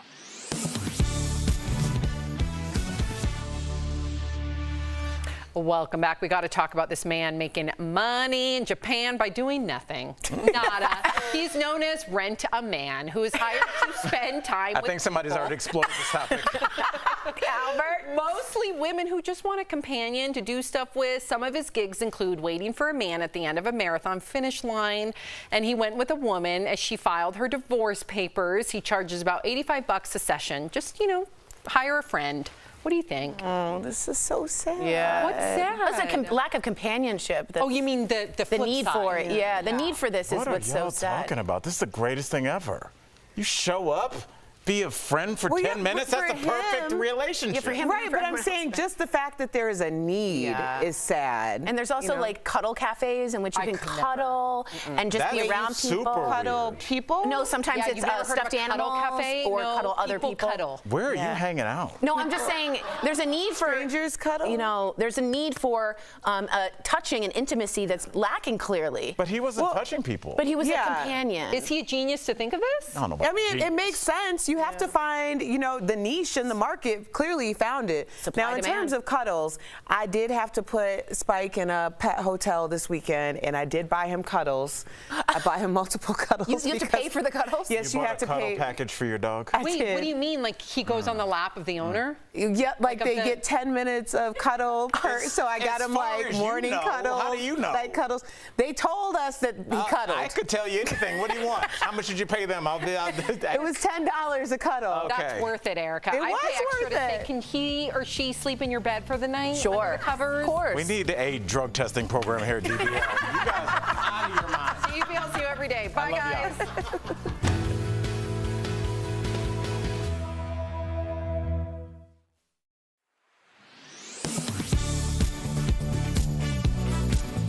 President Joe Biden announced the United States will ban all Russian oil imports in retaliation for Russia's invasion of Ukraine.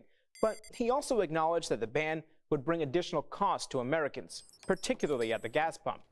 Gas prices are already soaring across the country, leading some on social media to claim changing your tire pressure would help increase mileage and reduce costs. So let's verify.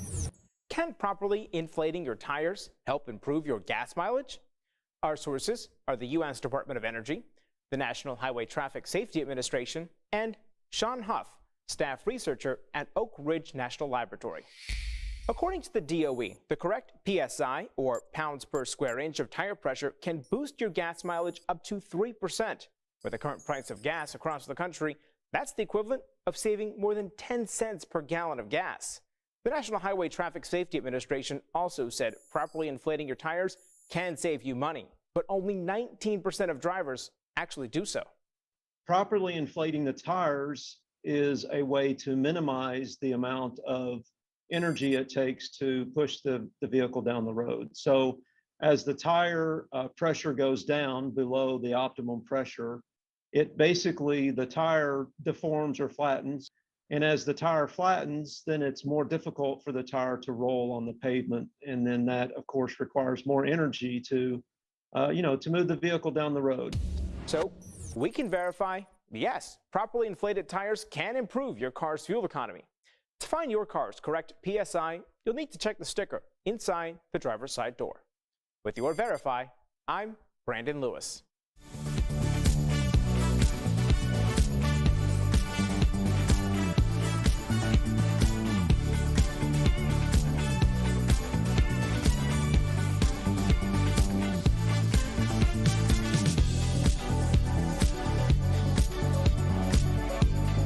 Today on Daily Blast Live. Celebrities show support for Ukraine, from Ashton and Mila donating millions to David Beckham handing over his Instagram account to a hero doctor. Are these stars really making a difference? A new Bigfoot sighting has started a debate. Do you believe in this mysterious creature? Kanye West gets banned from performing at the Grammys. Does he deserve to be there? Plus, the author of Dear White Woman will be here live, and Ava DuVernay gives us a behind-the-scenes look at her new apocalyptic series. They call this a demilitarized zone. This ain't no neutral territory. Oh my gosh. Are you insane? This is a sham. No. Y'all, just stop. Finally here. Drum roll. Welcome to DBL. We hope you guys all had a great weekend. All right, well, unfortunately, it's been almost a month, can you believe it, since the war started in Ukraine. And today, in the capital of Kyiv, there was a massive explosion at a shopping center that was hit by a Russian missile. It's so hard to even look at the footage, right? At least 8 people were reportedly killed. Meantime, several well-known celebrities are getting involved to help with the war effort. Mila and Ashton Kutcher had a video call with Ukrainian President Zelenskyy. He thanked the pair for raising nearly $35 million to support refugees. Next, David Beckham announced on Instagram that he's handing over control of his account to a Ukrainian doctor. So now all 71.6 million of his followers can see what she's doing. Now, Dr. Irina is the head of Perinatal Center, and she's showing what it's like working in the middle of the war, including where pregnant women, look at this, you guys. This is where the pregnant women were evacuated to. Those are underground bomb shelters. She even shows some of the newborns. Finally, Max Chmerkovsky gave an update from Poland where he's helping Ukrainian refugees. Some people, we've talked about it on the show, had criticized him for fleeing the country when the war began. He ended up going back to help with the refugee crisis. What are you thinking, Erica? I think, sometimes when we talk about social media or the power that social media brings in terms of connectivity, we kind of a lot of people will look down on it because it's like, what are you really doing? But this really shows that you can put action behind it. And when people are thinking about activism, like when someone does something and all of a sudden they're an activist, they may not be an activist in the traditional historical sense that we're used to hearing, but this is a different form of being able to help. In any way that you can meet the moment from where you are is going to be important and make an impact. Yeah, I think that it's not just guns and bombs anymore, right? This war is a war of information. That's what it is. It's what Putin is telling his people and what Ukraine is actually trying to get out. So if you have the power to get real information out from a crowdsourced doctor on the front lines, that's a weapon. That's as good as a gun. That's like what the Russian woman did on TV. Don't do this war. That's her truth. She's a soldier of information. Speaking of that, before you chime in, Al, we talked about Anonymous, which is a hacktivist group. So now what they've done is they've gone all over Russia and they've actually been able to hack into security cameras, and they've been able to inscribe in Russian what's really going on. Wow. So if someone's inside a store and they look up at maybe their billboard in the store, whatever it may be, it's Anonymous, a hacktivist group, saying, do not believe President Putin. Children are dying. Wow. Innocent people are dying. So, yeah, it's changing minds. Yeah, I mean, this is where we are, and I think this is something that Putin, did not see coming. I agree with you, Al. He is an expert when it comes to Cold War tactics. He's an expert when it comes to being icy cold and direct in his action. What he's not an expert in is TikTok. And who would have thought, remember, I mean, let's not forget that the TikTokers, remember they ruined that Tulsa rally for Trump, I believe it was Tulsa, by buying all the tickets and then not showing up. No one showed up, right. This is not about Trump. I'm just saying, all the people at home that they call slacktivists and like, oh, you're not doing anything, that's how you affect real change. And it's people that don't really understand that world. And it's really most of our world now is online. So I think he really miscalculated. I think he's paying the price for that. Well said. Before we get to this little girl, I can't wait to give you an update on the little Ukrainian girl. You'll remember her. I just want to say, speaking to your point, Erica, I have to give Bethany Frankel credit. I know. From her online account, she's raised $135 million. That was last week. So who knows if she's up to like $150 million. Don't forget, Bethany Frankel was also sending her plane over to Puerto Rico. Yes. Yeah, Be Strong is her foundation. With supplies. And it goes to disasters. She's been the real deal for a long time. Exactly. All right, so let's talk about this very special little Ukrainian girl who went viral for this video. She sang Let It Go. We talked about it here in a crowded bomb shelter. She got a standing ovation from everyone. Look at her now. She sang the national anthem last night at a stadium in Poland in front of thousands of people at a charity concert. You know what's crazy about that is the lack of music.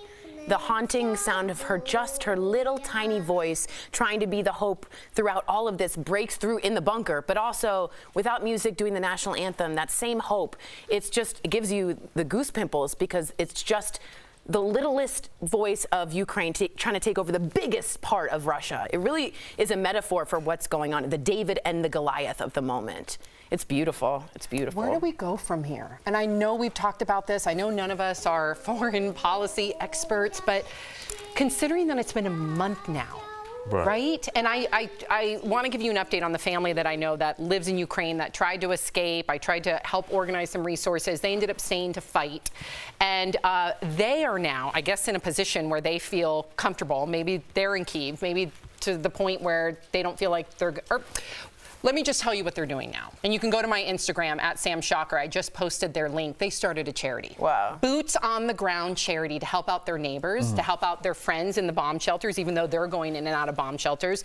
They are raising money. 100% of the funds are going to their neighbors and to themselves, but mostly to their neighbors, medical supplies, food, helping people escape that want to escape. So not only are you getting people overseas that are trying to help the Ukrainian people, you have people in Ukraine trying to help their community. Sam, I'll tell you what I hope from this, because when the day that Russia first invaded, my first thought was like, oh, people still do that? Right. It seemed archaic. It seemed like that's not how we fight wars. We do it cold. We shut your internet off. We don't do trading. But like, I think the whole world, when we saw what we had really only seen in movies and in old World War II, in Vietnam footage, everybody's like, this is not how the world looks or acts anymore. So I hope this next generation of leaders that are all 7 or 8 years old in every country all over the world now realizes what that looks like, dropping missiles on pregnant women.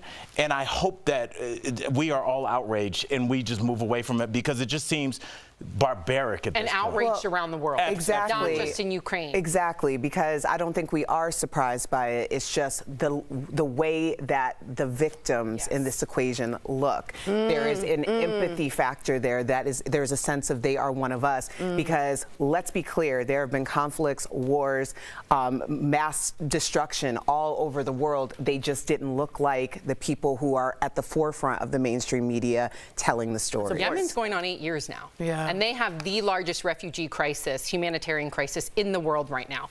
Not to detract or distract from anything going on in Ukraine, but to Erica's point, please educate yourself on what's going on in Yemen as well. Coming up on DBL, is the valedictorian honor outdated? Find out why some schools are starting to get rid of it. And author Kimberly Yolanda Williams is going to join us live, how her book is helping bridge the gap between cross-racial relationships. Closed captioning provided by... Let me be direct. Why would you pay more than double for...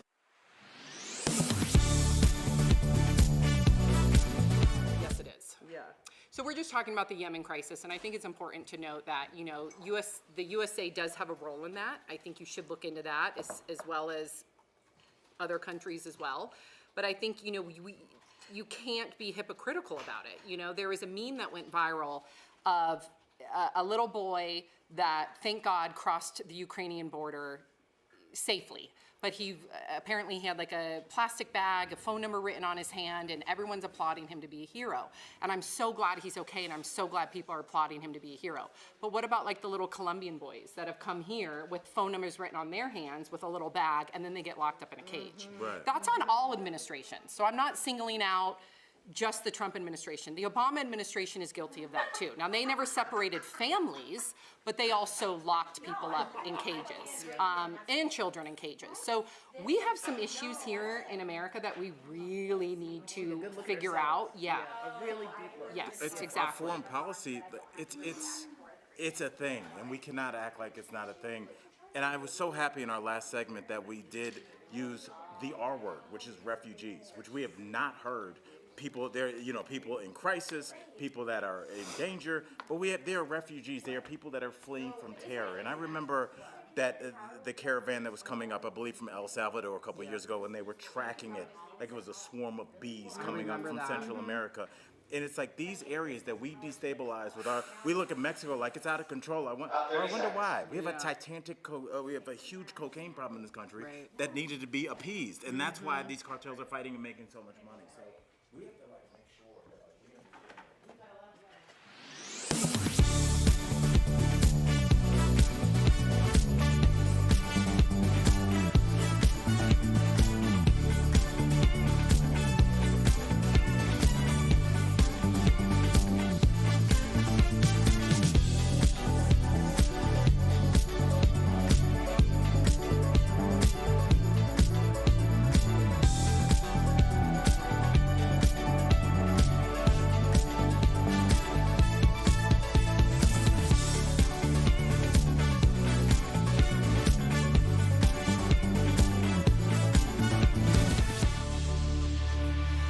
Some high schools are doing away with the class valedictorian. Can you believe it? So this is the last year a high school in Ohio. Cavs. You were late. I know. She almost had to touch my arm. I actually let Al get that in there. We'll recognize one student as its valedictorian, and some schools here in Denver are also doing away with valedictorians, calling the practice of ranking students, quote, outdated. But some criticize the idea, saying it's unfair to the student who achieves the highest honor in their class. Erica, considering that your mom is an educator, Dr. Cobb, in the college format, what do you think where do you think she would lie here? I'm not going to speak for my mother, but I would say that I'm not for this at all. I mean, you know, competition, people are, for some reason now it's seen as, you know, terrible because it's difficult on people's mental health. And I'm not going to say that in a light way because mental health is important. But the idea of having, like, competition also breeds success. Competition also breeds the ability to become better. And the idea that we would do is for valedictorian, are we going to do this for the MVP of the football team or the basketball team? Like, this is nonsense to me. I'm sorry. Okay, so, and what's really funny is that our school did this from a long time ago. My high school, Georgetown Day School, has never had a valedictorian. And the reason is, I went to a very progressive, rigorous academic school, but the idea was to lose the competition aspect and the students of that grade vote every year for which kid they just wanted to hear speak, who had the best story. So subjective, though. And it could go most popular, which some people think it could do, but most of the time, it was someone who had the best story with the best storytelling. And to me, it helped, but I completely see your point of view as, like, what if you're a swimmer that gets first place? You're not taking that down. And a lot of people who have written us right here on YouTube said, I worked really hard to be valedictorian and I beat out a lot of people because of that. So I'm kind of in the air here. I liked not having it, but I also see the point of competition. And can I just speak for the 99%, the non-valedictorian? Like, we weren't say that to you casually, considering that you went to Brown. I know, but I wasn't anywhere close to a valedictorian. And I think for the people that aren't anywhere close, like, you know, early, like 2 days in the freshman year, like, this ain't happening, buddy. Like, we're not like, we need to ban valedictorians. When our valedictorians spoke, we're like, oh yeah. Same. They never got less than an A+. Good for them. I want to hear what they had to say.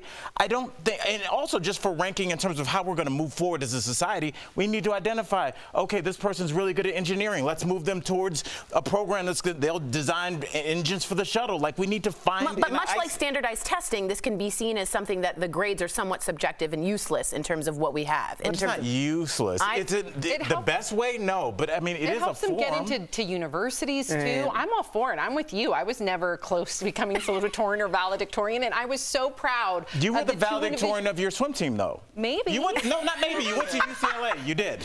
But I'm with you too. Sorry, Tori. No, I think I'm okay. It's ridiculous. You got to have some competition. I'm fine. I'm over here. Coming up on DBL, author Kimberly Yolanda Williams. You guys, she's going to join us live. She's talking all about the real-life stories of racial biases between women. Coming up next.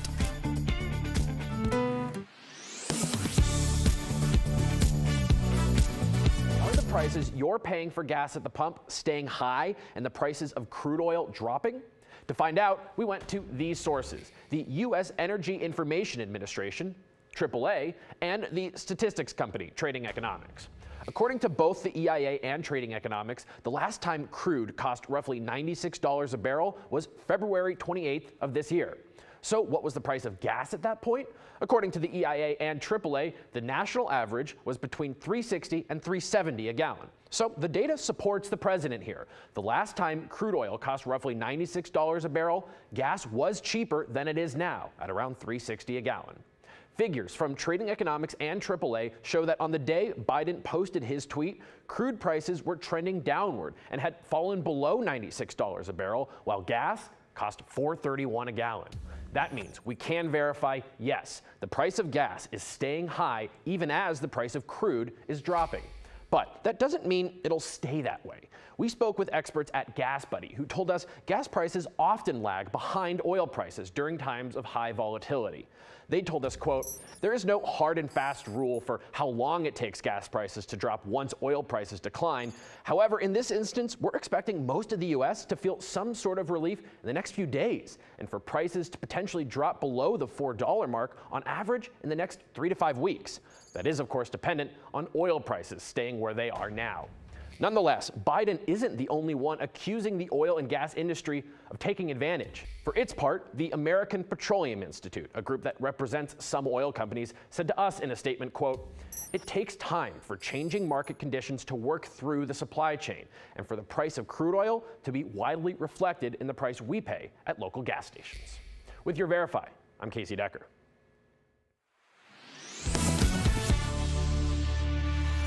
They are letters of love and anger, real-life stories of racial biases between women. Kimberly Yolanda Williams has been a diversity, equity, and inclusion consultant for nearly 20 years, and she wrote the book, Dear White Woman, Please Come Home.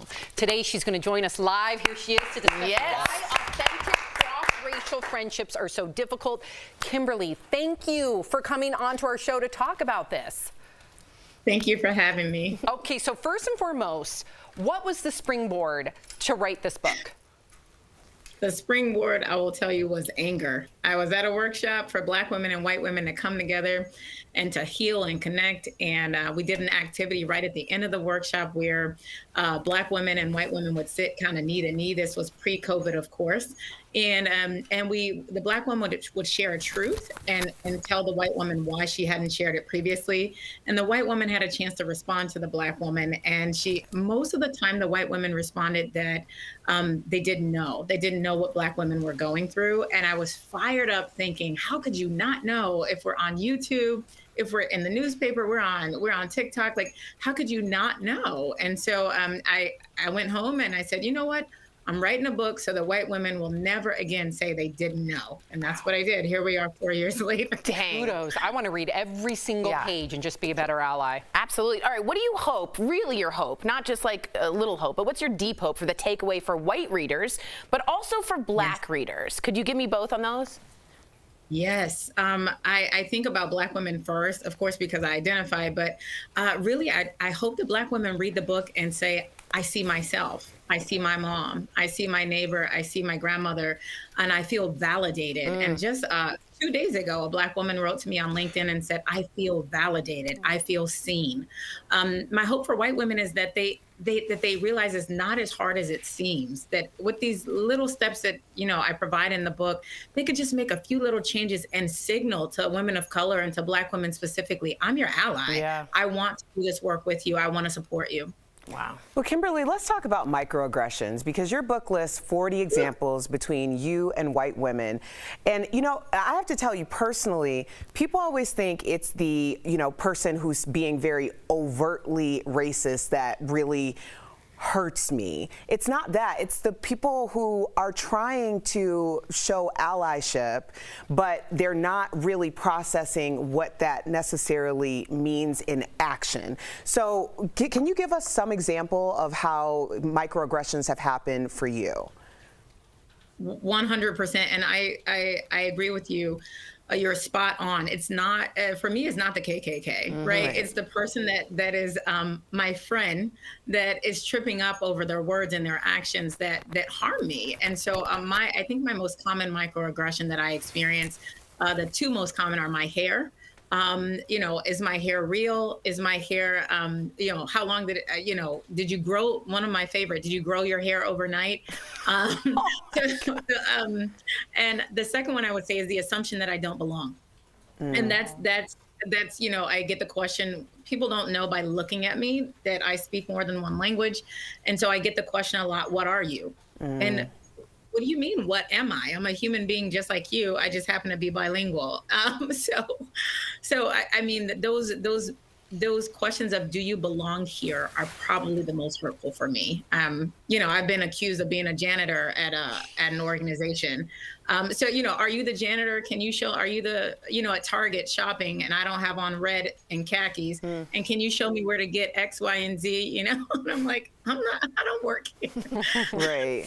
Well, let's get honest though, because a lot of Black people are tired of teaching other races, and it's really not our job to be teachers. But at the same time, when you're having a conversation or you're in an interpersonal relationship with someone, my biggest one is I always try to explain that calling me strong is not a strength, because, if I'm having a conversation with you as a friend, as someone who I feel is a peer, and someone who I respect and I anticipate that you respect me too, the idea that I'm advising you on some level and you're saying, well, it's easier for you because you're strong.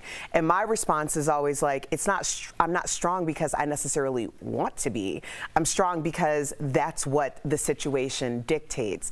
So when you're having those conversations, how do you think it's best to approach that with some sincerity, but also with the idea of compassion?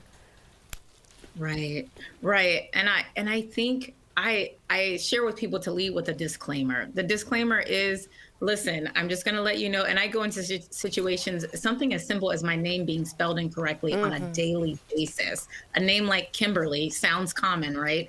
And it's spelled wrong every day. And so I lead with what I call a disclaimer. I go into a conversation and say, listen, this is no insult to your intelligence. I know that you don't know how to spell my name. Let me spell it for you. And so sometimes I try to get ahead of the microaggression by leading with what I call a disclaimer. And my name is a very good example. And very quickly, I just want to ask this. Like, if you're a white female viewer watching right now, they might say, well, I get what you're saying, but how can I help? How can I tell if I'm doing a good job? Like, what's the first step to make sure that I'm being a good ally? Yes. First is to let go of zero-sum thinking, right? There's no such thing as either you're good or you're a bad ally, right? Most of us are somewhere in between. And so I think that we have to do a deep dive on our biases that we have, because that's where our microaggressions stem from. So we've got to sit down and say, what are the biases that I've been socialized to have in the community that I grew up in, because we all have them. Exactly. And if we can be honest about the ones that are living in our subconscious, we can get ahead of them and we can prevent microaggressions. But most of us don't take the time to take inventory. And get Kimberly's book. Yes. Yeah. I cannot wait to read this. Thank you, Kimberly. To continue this conversation, make sure that you too get a copy of her book. You can also visit engagingacrossdifference.com. Kimberly, we appreciate you. We'll be right back. Absolutely. Thank you. Thank you so much. Thank you. Promotional consideration is brought to you by Video posted on March 16th appears to show Ukraine President Volodymyr Zelenskyy calling for the Ukrainian people to surrender to Russia. The video was aired on a Ukrainian television station and circulated on social media. But is it real? Let's verify. Our sources are Ukraine President Volodymyr Zelenskyy, Ukraine 24, a national broadcasting channel in Ukraine, General Staff of the Armed Forces of Ukraine, the Ukrainian National Guard, Invid, a video forensics tool, and TinEye, a reverse image search tool. This video is a fake. In fact, it's a deep fake, which means the video that you see was generated using artificial intelligence technology to mimic the real thing. Using video forensics tools and reverse image searching, Verify can confirm that this video was computer generated, using still images from Zelenskyy's earlier press conferences. I'll walk you through how we figured it out. First, let's focus on Zelenskyy's face. The face we see talking in the deepfake video on the left was generated from this still image taken of Zelenskyy at a press conference on March 3rd. The mouth on the photo was manipulated to appear as if Zelenskyy was actually talking. Next, the background. In the deepfake video on the left, the background remains completely static. But if this were real, the background would be moving, like this video of Zelenskyy talking in the same room. Using TinEye, a reverse image search tool, Verify matched the static background image on the left to this photo, which shows Zelenskyy at a press conference held on February 24th. Next, Verify analyzed Zelenskyy's overall stature. In the deepfake video on the left, he appears much taller, with broader shoulders and a different facial structure compared to his appearances at earlier press conferences, standing behind the same podium. Ukraine 24, the station that aired the deepfake video, said on its Telegram channel that the video aired while the station was under attack by hackers. In their post, they called the video a fake. So we can verify, no, this video is not real. It's a deepfake. Ukraine President Volodymyr Zelenskyy said in a message on his social media pages that the video was, quote, a childish provocation, and Russia should be the one to lay down arms. With your Verify, I'm Adiante Till. As Americans pay more at the pump, some drivers are wondering, do I need to buy premium gas? Our sources for this Verify are Joe Weisenfelder, the executive editor of Cars.com, and Daniel Armbruster with AAA Texas. In a 2016 study, AAA found Americans wasted more than $2 billion using premium gas in vehicles designed to run on regular fuel. And 6 years later, they say many are still wasting money. A lot of drivers make that mistake. They don't read the owner's manual. Both our experts agree drivers must read their owner's manual. That manual will tell you if your vehicle requires premium gas. The only reason anyone needs to buy premium gas is if the car says that it is required, not recommended for best performance, but required. Cars that say recommended for best performance can operate on regular gas. They just change the timing a little bit. The only downside is you might get a little bit less power, but you probably wouldn't even notice the difference. So we can verify you don't have to buy premium gas unless your vehicle requires it. But if your vehicle owner's manual requires it, you definitely have to purchase premium fuel. With your Verify.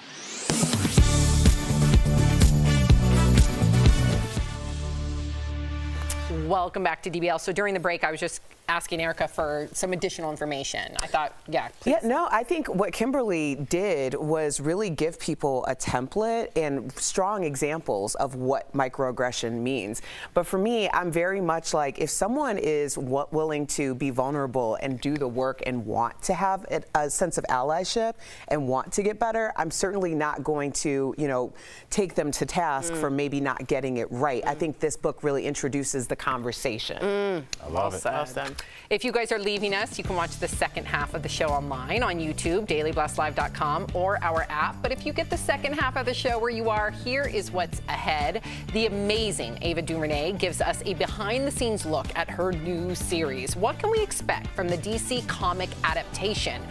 And Kanye gets banned from performing at the Grammys. Was this the right choice?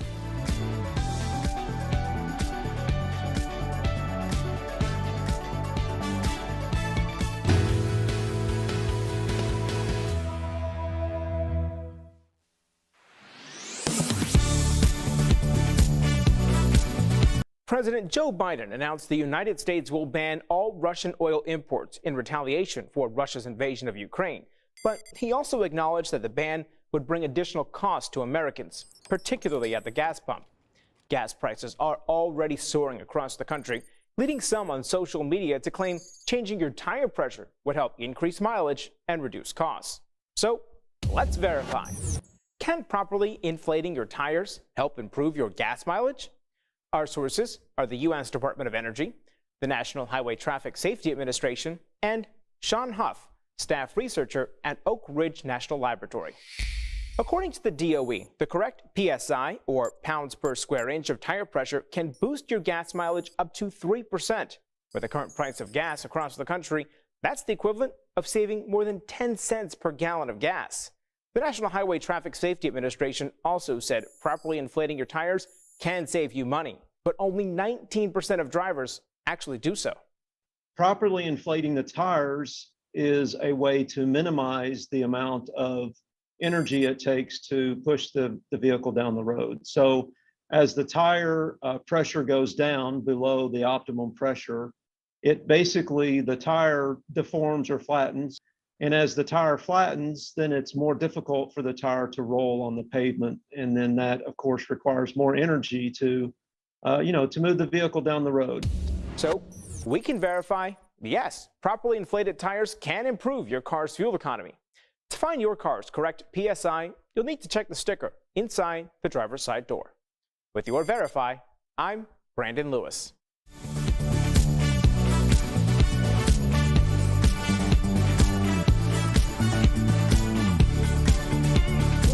Is Daily Blast Live. We're talking about what you're talking about. Oh my gosh. Are you insane? This is a sham. No. Y'all just stop. Finally here. Drum roll. Oh, welcome to DBL. Okay, we got to start with this. You may have seen the news over the weekend. It was trending all over social media. Kanye West won't be performing at the Grammys next month. Kanye's rep said the rapper was pulled from the lineup due to his, quote, concerning online behavior. This comes days after Kanye was temporarily banned from Instagram after using a racial slur directed at Trevor Noah, who is hosting the Grammys. Trevor apparently had nothing to do with the decision, but he did take some swipes at Kanye on The Daily Show last night for harassing his ex, Kim Kardashian. Trevor has since tweeted out, quote, I said counsel Kanye, not cancel Kanye. Whew. What do you think about Trevor's response? And what do you think about Kanye not performing? I understand the logic behind him not performing, but I also know that if he does not perform, Patty, our executive producer, and Michael Dean, they're going to have our stories queued up, and it's going to be, guess what, ratings are down again this year. If Kanye performs, we will not be leading with that story. It will be like highest ratings in a long time. So are we, as a society, going to say that we are going to allow artists to perform that we find palatable? Or are we going to say that it's all about eyeballs, advertising dollars? I don't know which one's right. I don't know which one is wrong, because everybody has a bottom line they got to fill.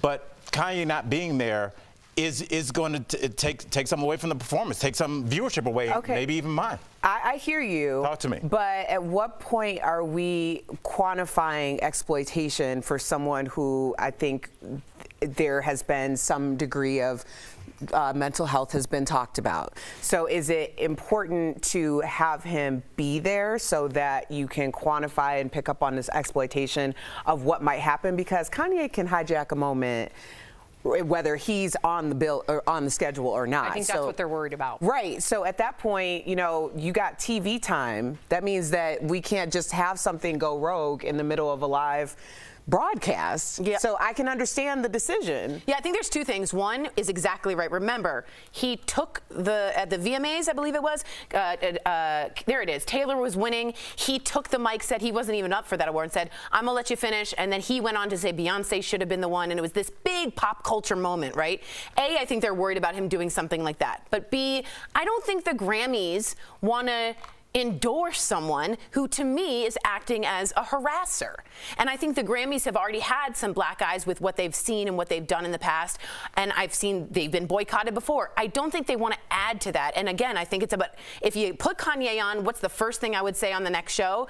We exploited someone's mental health and Kim Kardashian's safety for eyeballs. And I don't think that's what Grammys should be doing. I don't know. We let people fight other people in cages. We let that's a lot of things go. But there's also been without mental health issues. Kim doesn't want this. I'm just saying, you know? we all say what we want to think that we feel on this panel as human beings. But there's a reason that people watch people walk across tightropes in between buildings. There's a reason that we watch people jump over canyons on a motorcycle. Yeah, but you know, if something bad happened, we would all criticize the Grammys for exploiting his mental health. But that's Sam, let's be better. Let's be better. Tell the advertisers that people want eyeballs on these things so they can sell. But what kind of eyeballs? Do you want the right eyeballs? I don't think it matters to them. I think they want to see the biggest number associated with Grammys. I'm not saying socially and ideologically what you're saying is not correct. I'm talking about things that have no feelings. I'm talking about capitalism. Yeah. Really quickly, I want your take, just quickly, counsel versus cancel. Counsel culture. I love it. I love it. I love we're keeping the discussion open. I don't want anybody to be silenced. Leah, let's talk. Yeah, I like that too. Okay, so it's the end of an era after 31 years on the air and countless paternity tests. The Maury Show is ending. The show, which debuted in 1991, was known for revealing DNA tests to prove the paternity of various guests, but it seems to have run its course. NBC said it was a mutual decision between Maury and the network to end the show. As for who could replace Maury, according to Deadline, Queer Eye's Karamo, his new talk show looks like it might be a contender. I know all the inside deets on this, and I cannot speak on it. Why would you tell us that? Because I have to be forthright. I'm not going to participate in this decision, but I know all the. Okay, well, I don't know anything, but Karamo's our boy, right? Yes, he is. And in terms of what makes the most sense when it comes to the succession planning, Karamo's been on Maury multiple times. You know, he's guest hosted. I was going to say, make that clear. Yeah, right. He was the father. He was not the father. He was the host. Yeah, but I just think that this makes a whole lot of sense, and I am so happy for him and so proud of him, if that's what's happening. Yeah, since we don't know, and I'm like trying to see and read her body language, we don't know. I think it would be a great move. I also think Maury's setup, which you had spoke about earlier, became an industry. Just the opening of that envelope with the highest amount of stakes with not knowing was the simplest way to make people tune in. It's a great concept, and if Karamo continues it, maybe it'll be part of the show, not the whole show, because I think he'd want to do more talk too. I hope. I don't know. But I don't see Karamo taking over Maury's format, just the time slot. I do. I could see. Sam's like over there just looking. We're just speculating. I'll just say this. Karamo is going to be successful no matter what he does. He's super driven. He's super kind. And A lot of people don't know he used to be a social worker. So I think all of that, no matter what he does, his empathy shines through. That's all I'll say. Okay, so West Side Story star Rachel Zegler has been snubbed by the Oscars. Tori, you have a lot to say about this. Yeah, I do. Okay, so this is what happened. Rachel starred as Maria in Steven Spielberg's remake, which is up for Best Picture. When a fan asked on Instagram what she'd be wearing to the big night, she said sweatpants, because she'll be watching it on TV like the rest of us. She tried to score tickets, but it doesn't seem to be happening, but was hoping for a last-minute miracle. She thanked her fans for their quote-unquote shock and outrage and said she was disappointed. Oscar tickets are given to nominees, presenters, and studios to distribute as those studios see fit. This is a huge problem. Why? Bad look. Bad look from Steven Spielberg to the Oscars on down. If you have Maria in a West Side Story picture that's up for 7 Oscar nominations, including Best Director, Best Supporting Actress, Best Picture, and you don't include the Maria in that, it automatically looks A, a little racist, because why isn't she there? B, a little sexist, again, why isn't she there? And also, what agent or PR person forgot? Because this is a huge mark. If they're trying to diversify the Oscars, not so white, they didn't do a really good job on this one. I don't know about that. Dude, this is really bad. But what about the crew? If it's the crew that's primarily, so in Hollywood, you have the term below the line. Below the line is all the crew involved. That's what most of the nominations are coming from. Right. So perhaps because it's 7 nominations, those person plus their plus one. Well, she also got a Golden Globe nod for her performance, so she's been up 4 awards, but you'd think, you know, when they go to the cast and it's the people just for support, just because she's been there, she deserves to get a seat. I don't know if she deserves to get a seat to go there to support, especially if she's the face of the movie. I get it, and I would love for her to be there, but I don't know if it's not because it could be, obviously, we're talking about a woman of color, so it could be her gender, it could be her color, but maybe she's not there in her career yet. When you get to a certain point in your career, there's no discussion about who's going to be, you know, that you're going to have a seat at the table. She is a young, budding superstar, and maybe she is just not there in her career yet. And I don't know if we can automatically just go to gender or her race. Could that be a thing? Absolutely. But I'm not sure in this case if we want to slap that label on them. With the Oscars, I'm happy to. What do you think? She should be there. Yeah, that's ridiculous. How are you going to have a whole table without the stars of the show? Maria's not there? But we that's never weird. honor the crew, ever. The crew is never honored. What if all the allocated tickets are going to the crew because those are the ones that were nominated? They need more tickets. But it's not the only movie. It's too big of a print hole. another ticket. Yeah, it's too big of a hole right there. I have a copy machine. An ensemble cast, and all the other cast members are going to be Yeah, upset. they're Jets and Sharks are ensemble, but Maria and Anita, you got to have them there if you're going to represent West Side Story. I think it'll go off without a hitch either way. You're saying she's got to be there. I don't know if it's that situation. There's a petition already. It's not Black Panther or something like just No, but it's a big snub, and you know what? It could be read the wrong way. It could be read the wrong way with the Oscars. She's a very petite woman. She could fit right in there. Coming up on DBL. She will be there in the future, I promise. No, she'll be there this year. Has the internet talking. Do you believe that Bigfoot is out there? And a new DC comic series is on HBO Max, and we've got the director, Ava DuVernay, to tell us all about it next. I love that suit. Closed captioning provided by. And I said.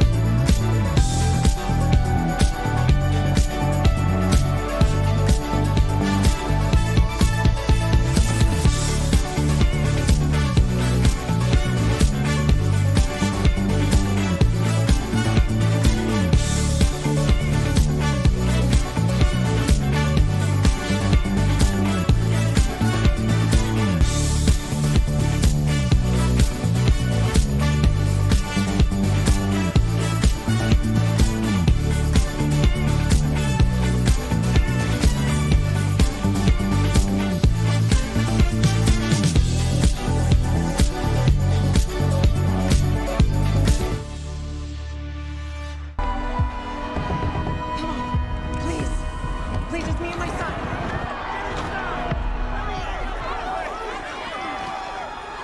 Christian? Christian?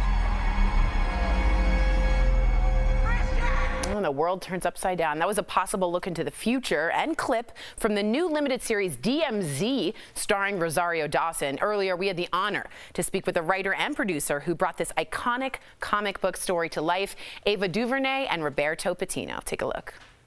Ava and Roberto, welcome to DBL. Ava, a lot of your projects address the need for more minority representation, and I wanted you to share how DMZ helps fill this void. And also, I'm a little bit of a comic book nerd, like a graphic novel nerd, and I know you also have a series, Naomi. I wanted to know, are you kind of a comic book geek, like me? I am a little bit. I have 2 shows that are based on DC comics and graphic novels right now, and I just enjoy it. I enjoy the world building, the fantasy, and enjoy seeing all kinds of people inhabit those worlds. For me, it's less about minority representation. It sounds kind of dry. Right. It's really about just seeing the world the way it is. There's all kinds of people walking around, and so all kinds of people should be in the stories we tell. It's really simple. And so this one is a joy because DMZ is inhabited by all kinds of folks. It's a real thrill ride. I can't wait. So Roberto, Rosario Dawson plays the main character, Alma. Now, was she someone you envisioned while writing? Because I know sometimes creators of pieces, they decide who they want in the film before they actually create it. So was she somebody you had in your head? I'll tell you the truth. Rosario Dawson was in my head literally since day one. I thought so. I wrote this piece with her in mind. So DMZ takes place after the Second Civil War in America. Do you think this post-apocalyptic world could become our reality, especially with all of the realities of the world as we speak? Well, I think it's important that we ask that question and that we do the work so that we don't get there. You know, this story is about a divided country that allowed itself to break into 2 parts and to fight each other. And so I think it's a question of, can we hold these different ideas about our country, yet still be civil, yet still be respectful of the other opinion, that still kind of allows us to veer away from violence and horrible rhetoric about each other and let each person live in their own opinion? That's my hope. And so that's what this show contemplates, is what happens when we don't do that? What does it look like? And I think it's important that we tell those stories so we can not get there. Right. Great. I agree with that. All right. Roberto, DMZ also confronts toxic masculinity. And as the man who wrote the screenplay, was it challenging to write a strong female lead? How did that writing process work for you? Truthfully, it wasn't. I was raised by women. Yes. I was blessed to be surrounded by incredibly strong women my entire life. And, you know, they say write what you know. And I know firsthand that a mother's love is a superpower that you know, is stronger than anything you might see in any sort of comic universe. And so that's why I tried to center this story around that mother looking for her son. Wow, what a strong story. Ava and Roberto, thank you so much for joining us. DBL Nation, listen closely. You can catch DMZ on HBO Max. We'll be right back. Thanks, guys. Thank you. Thank you. Thanks, loves. I feel young again. Are the prices you're paying for gas at the pump staying high and the prices of crude oil dropping? To find out, we went to these sources: the U.S. Energy Information Administration, AAA, and the statistics company, Trading Economics. According to both the EIA and Trading Economics, the last time crude cost roughly $96 a barrel was February 28th of this year. So what was the price of gas at that point?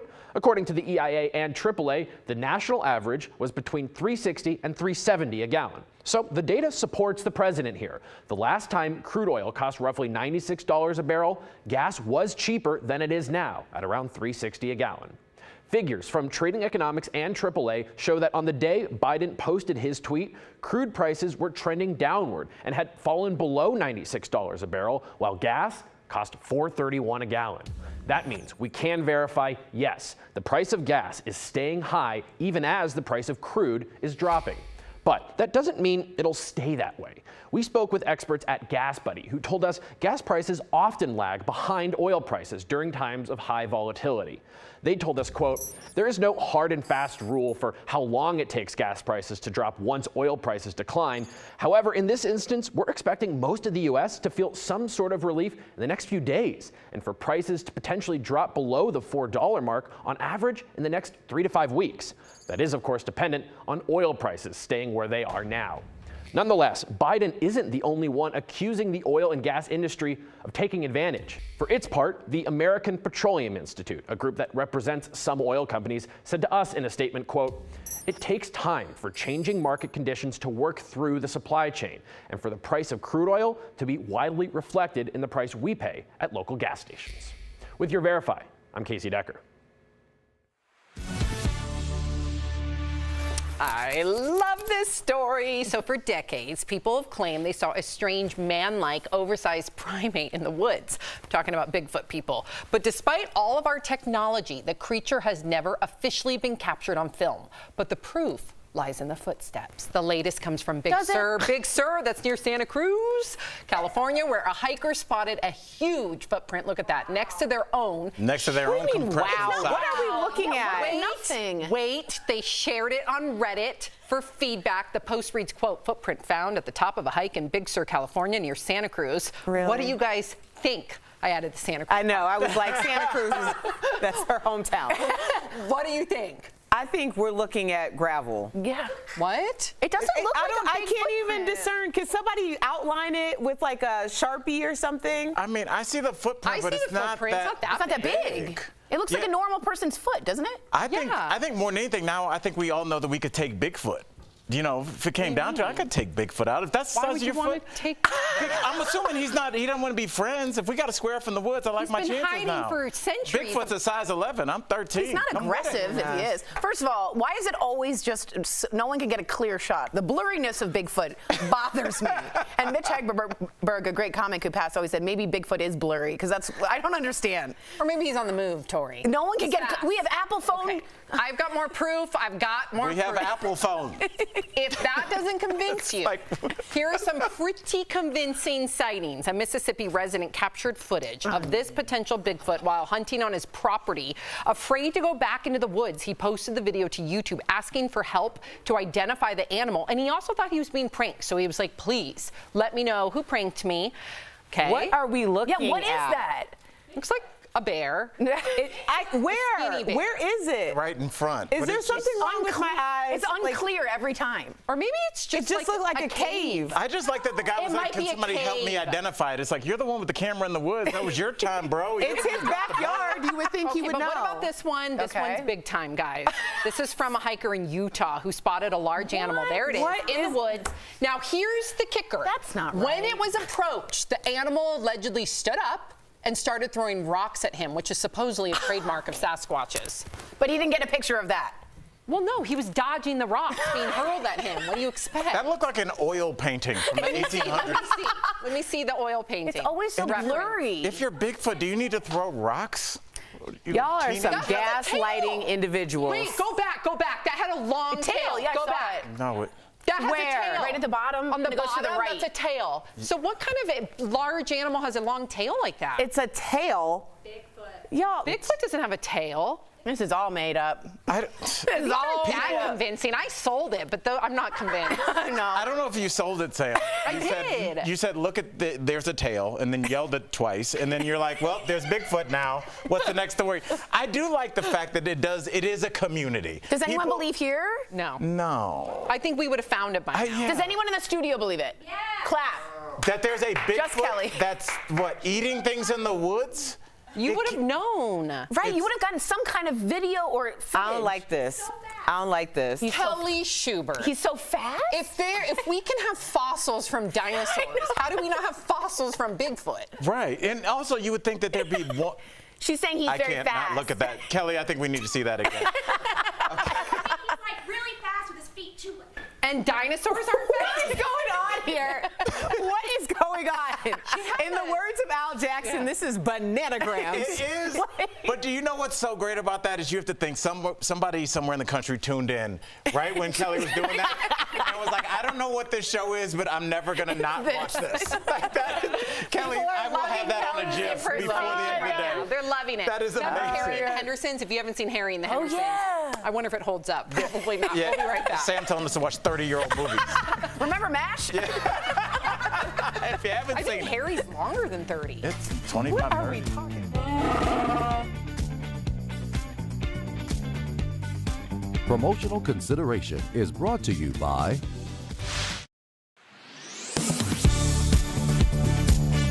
Video posted on March 16th appears to show Ukraine President Volodymyr Zelenskyy calling for the Ukrainian people to surrender to Russia. The video was aired on a Ukrainian television station and circulated on social media. But is it real? Let's verify. Our sources are Ukraine President Volodymyr Zelenskyy, Ukraine 24, a national broadcasting channel in Ukraine, General Staff of the Armed Forces of Ukraine, the Ukrainian National Guard, Invid, a video forensics tool, and TinEye, a reverse image search tool. This video is a fake. In fact, it's a deep fake, which means the video that you see was generated using artificial intelligence technology to mimic the real thing. Using video forensics tools and reverse image searching, Verify can confirm that this video was computer generated, using still images from Zelenskyy's earlier press conferences. I'll walk you through how we figured it out. First, let's focus on Zelenskyy's face. The face we see talking in the deepfake video on the left was generated from this still image taken of Zelenskyy at a press conference on March 3rd. The mouth on the photo was manipulated to appear as if Zelenskyy was actually talking. Next, the background. In the deepfake video on the left, the background remains completely static. But if this were real, the background would be moving, like this video of Zelenskyy talking in the same room. Using TinEye, a reverse image search tool, Verify matched the static background image on the left to this photo, which shows Zelenskyy at a press conference held on February 24th. Next, Verify analyzed Zelenskyy's overall stature. In the deepfake video on the left, he appears much taller, with broader shoulders and a different facial structure compared to his appearances at earlier press conferences, standing behind the same podium. Ukraine 24, the station that aired the deepfake video, said on its Telegram channel that the video aired while the station was under attack by hackers. In their post, they called the video a fake. So we can verify, no, this video is not real. It's a deepfake. Ukraine President Volodymyr Zelenskyy said in a message on his social media pages that the video was, quote, a childish provocation, and Russia should be the one to lay down arms. With your Verify, I'm Adiante Till. As Americans pay more at the pump, some drivers are wondering, do I need to buy premium gas? Our sources for this Verify are Joe Weisenfelder, the executive editor of Cars.com, and Daniel Armbruster with AAA Texas. In a 2016 study, AAA found Americans wasted more than $2 billion using premium gas in vehicles designed to run on regular fuel. And 6 years later, they say many are still wasting money. A lot of drivers make that mistake. They don't read the owner's manual. Both our experts agree drivers must read their owner's manual. That manual will tell you if your vehicle requires premium gas. The only reason anyone needs to buy premium gas is if the car says that it is required, not recommended for best performance, but required. Cars that say recommended for best performance can operate on regular gas. They just change the timing a little bit. The only downside is you might get a little bit less power, but you probably wouldn't even notice the difference. So we can verify you don't have to buy premium gas unless your vehicle requires it. But if your vehicle owner's manual requires it, you definitely have to purchase premium fuel. With your Verify.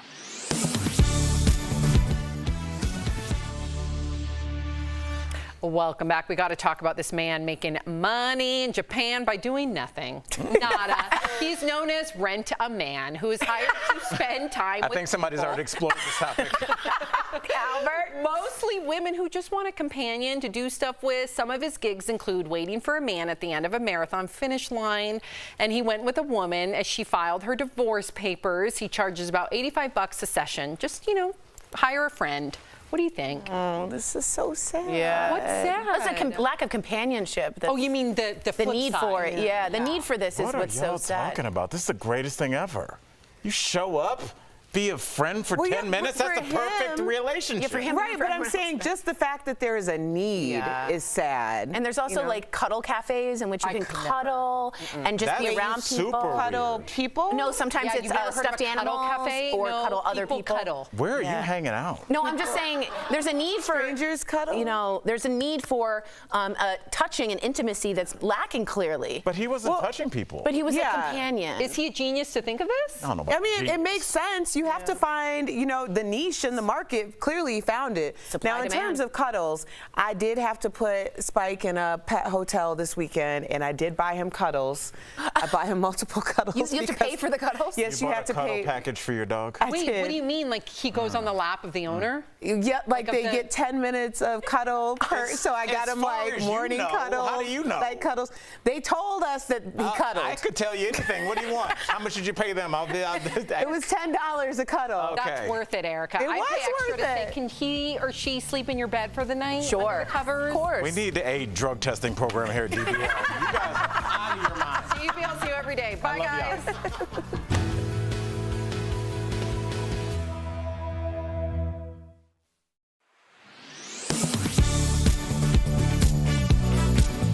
President Joe Biden announced the United States will ban all Russian oil imports in retaliation for Russia's invasion of Ukraine. But he also acknowledged that the ban would bring additional costs to Americans, particularly at the gas pump.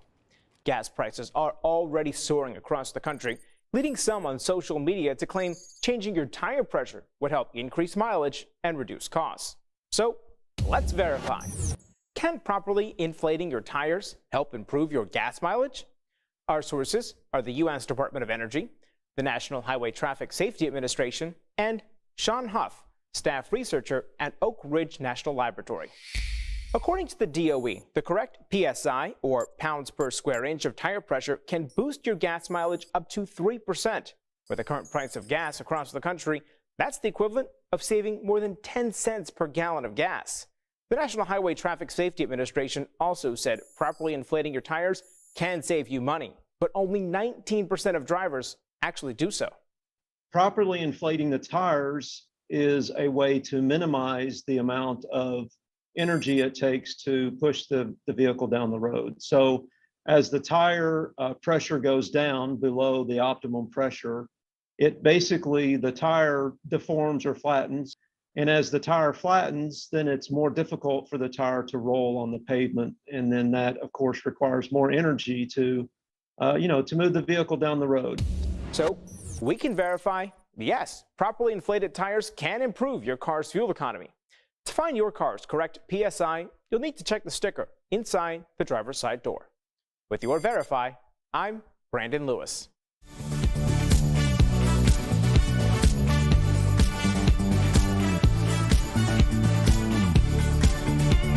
We're talking about today on Daily Blast Live.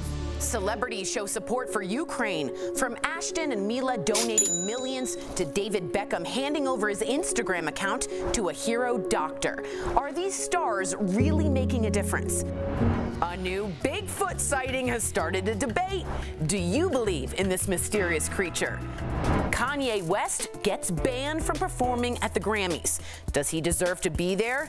Plus, the author of Dear White Woman will be here live, and Ava DuVernay gives us a behind-the-scenes look at her new apocalyptic series. They call this a demilitarized zone. This ain't no neutral territory.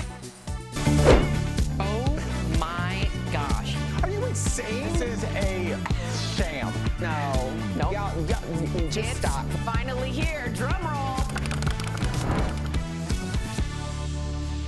Welcome to DBL. We hope you guys all had a great weekend. All right, well, unfortunately, it's been almost a month, can you believe it, since the war started in Ukraine. And today, in the capital of Kyiv, there was a massive explosion at a shopping center that was hit by a Russian missile. It's so hard to even look at the footage, right? At least 8 people were reportedly killed. Meantime, several well-known celebrities are getting involved to help with the war effort. Mila and Ashton Kutcher had a video call with Ukrainian President Zelenskyy. He thanked the pair for raising nearly $35 million to support refugees. Next, David David Beckham announced on Instagram that he's handing over control of his account to a Ukrainian doctor. So now all 71.6 million of his followers can see what she's doing. Now, Dr. Irina is the head of Perinatal Center, and she's showing what it's like working in the middle of the war, including where pregnant women, look at this, you guys. This is where the pregnant women were evacuated to. Those are underground bomb shelters. She even shows some of the newborns. Finally, Max Chrzymkowski gave an update from Poland where he's helping Ukrainian refugees. Some people, we've talked about it on the show, had criticized him for fleeing the country when the war began. He ended up going back to help with the refugee crisis. What are you thinking, Erica? I think, you know, sometimes when we talk about social media or the power that social media brings in terms of connectivity, we kind of like, a lot of people will look down on it because it's like, what are you really doing? But this really shows that you can put action behind it. And when people are thinking about activism, like when someone does something and all of a sudden they're an activist, they may not be an activist in the traditional historical sense that we're used to hearing, but this is a different form of being able to help. In any way that you can meet the moment from where you are is going to be important and make an impact. Yeah, I think that it's not just guns and bombs anymore, right? This war is a war of information. That's what it is. It's what Putin is telling his people and what Ukraine is actually trying to get out. So if you have the power to get real information out from a crowdsourced doctor on the front lines, that's a weapon. That's as good as a gun. That's like what the Russian woman did on TV. Don't do this war. That's her truth. She's a soldier of information. Speaking of that, before you chime in, Al, we talked about Anonymous, which is a hacktivist group. So now what they've done is they've gone all over Russia and they've actually been able to hack into security cameras, and they've been able to inscribe in Russian what's really going on. Wow. So if someone's inside a store and they look up at maybe their billboard in the store, whatever it may be, it's Anonymous, a hacktivist group saying, do not believe President Putin. Children are dying. Wow. Innocent people are dying.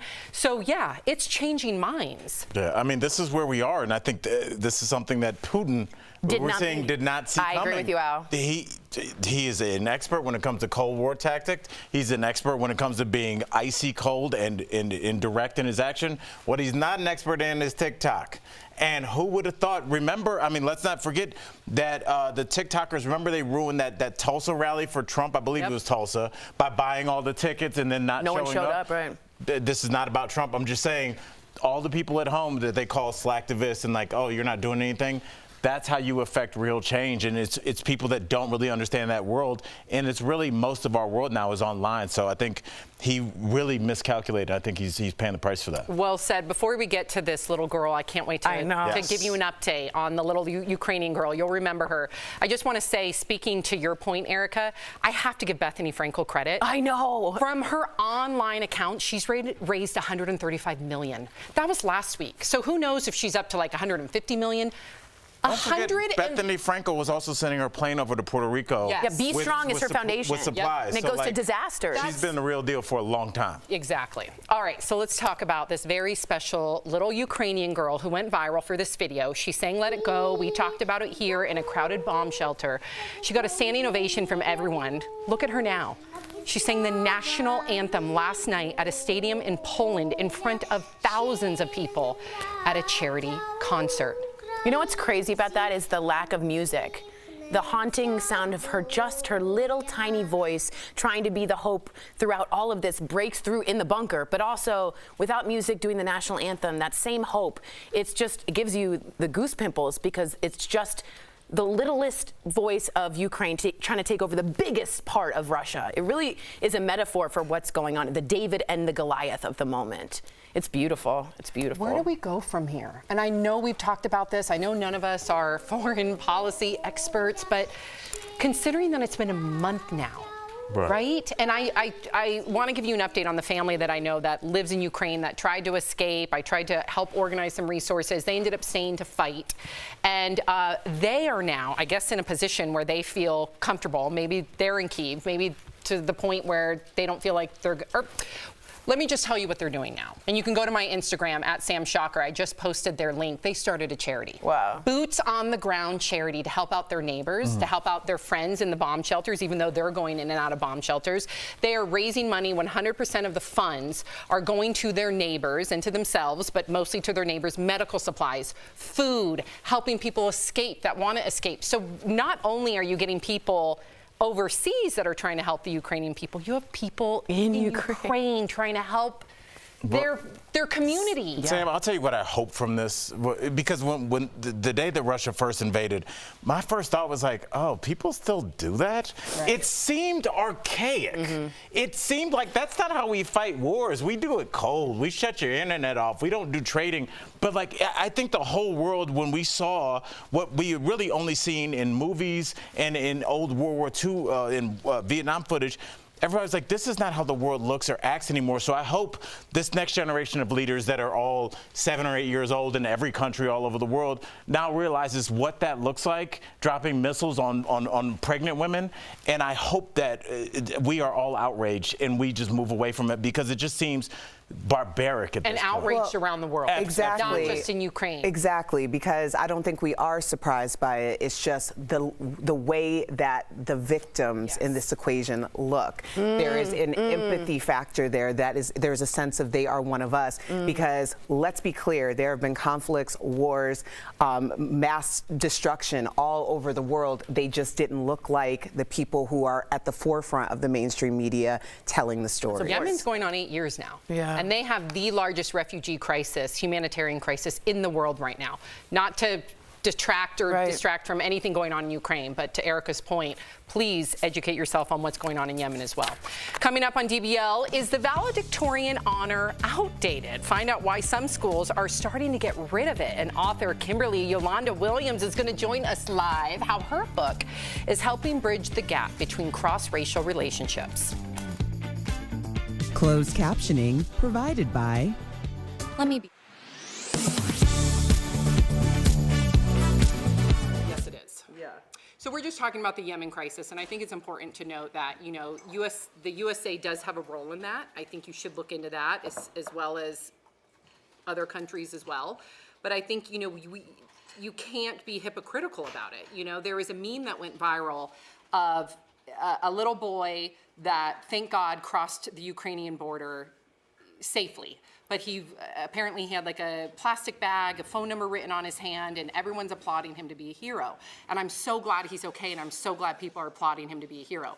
But what about like the little Colombian boys that have come here with phone numbers written on their hands with a little bag, and then they get locked up in a cage? Right. That's on all administrations. So I'm not singling out just the Trump administration. The Obama administration is guilty of that too. Now, they never separated families, but they also locked people up in cages, and children in cages. So we have some issues here in America that we really need to figure out. Yeah. A really deep one. Yes, exactly. Our foreign policy, it's a thing, and we cannot act like it's not a thing. And I was so happy in our last segment that we did use the R word, which is refugees, which we have not heard.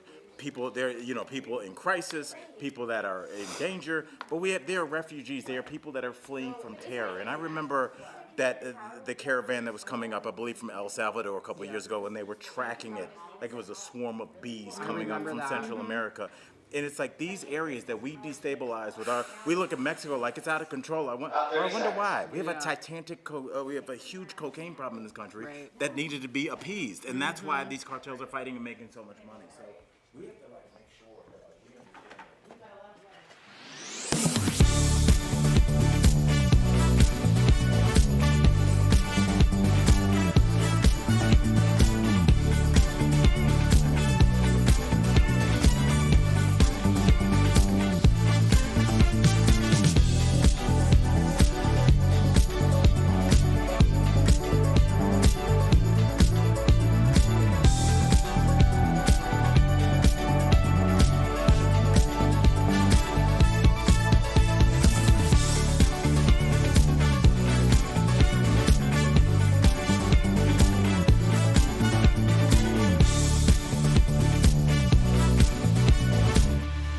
Some high schools are doing away with the class valedictorian. Can you believe it? So this is the last year a high school in Ohio Cabs.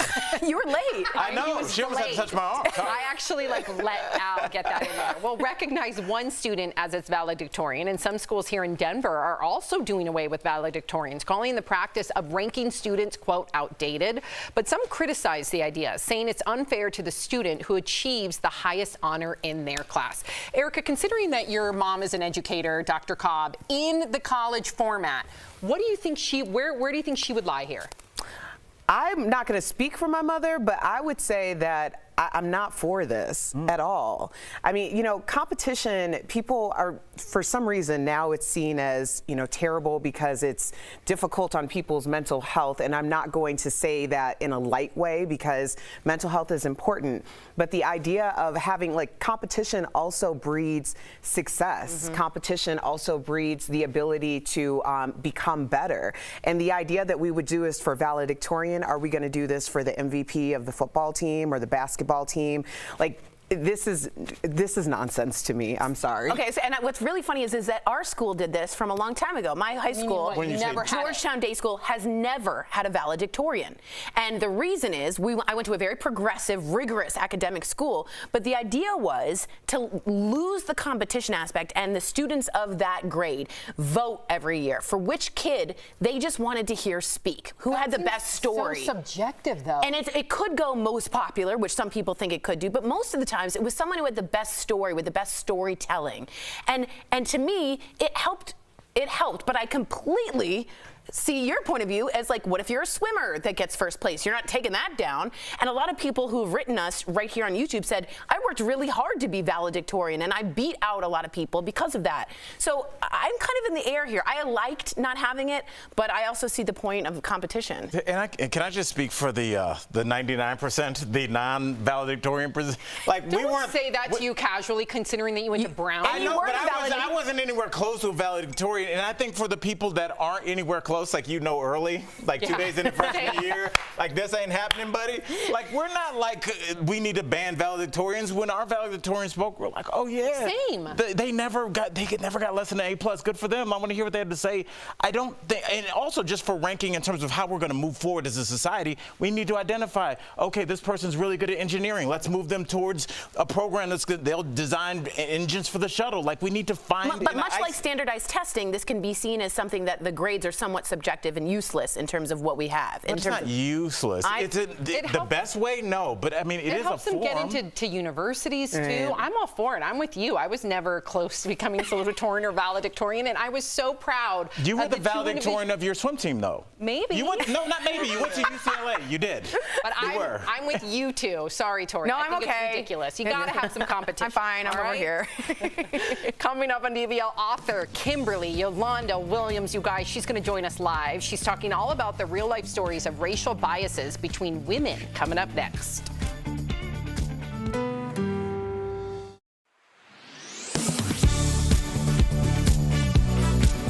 Are the prices you're paying for gas at the pump staying high and the prices of crude oil dropping?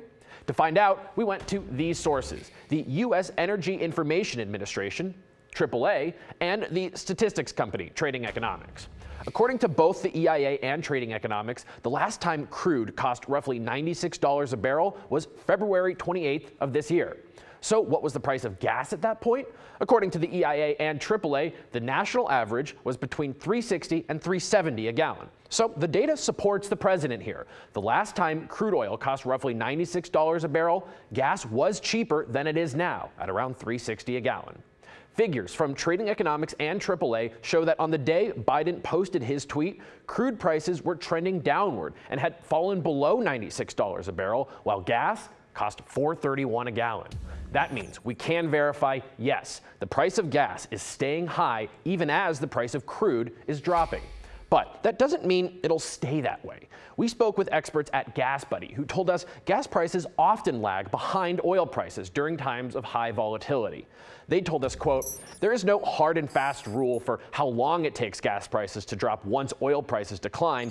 However, in this instance, we're expecting most of the U.S. to feel some sort of relief in the next few days, and for prices to potentially drop below the $4 mark on average in the next 3 to 5 weeks. That is, of course, dependent on oil prices staying where they are now. Nonetheless, Biden isn't the only one accusing the oil and gas industry of taking advantage. For its part, the American Petroleum Institute, a group that represents some oil companies, said to us in a statement, quote, "It takes time for changing market conditions to work through the supply chain and for the price of crude oil to be widely reflected in the price we pay at local gas stations." With your Verify, I'm Casey Decker. They are letters of love and anger, real-life stories of racial biases between women. Kimberly Yolanda Williams has been a diversity, equity, and inclusion consultant for nearly 20 years, and she wrote the book, Dear White Woman, Please Come Home. Today, she's going to join us live. Here she is to discuss why authentic cross-racial friendships are so difficult. Kimberly, thank you for coming onto our show to talk about this. Thank you for having me. Okay, so first and foremost, what was the springboard to write this book?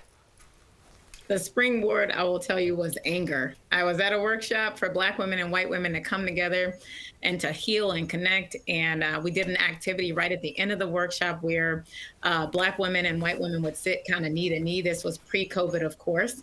And the Black woman would share a truth and tell the white woman why she hadn't shared it previously.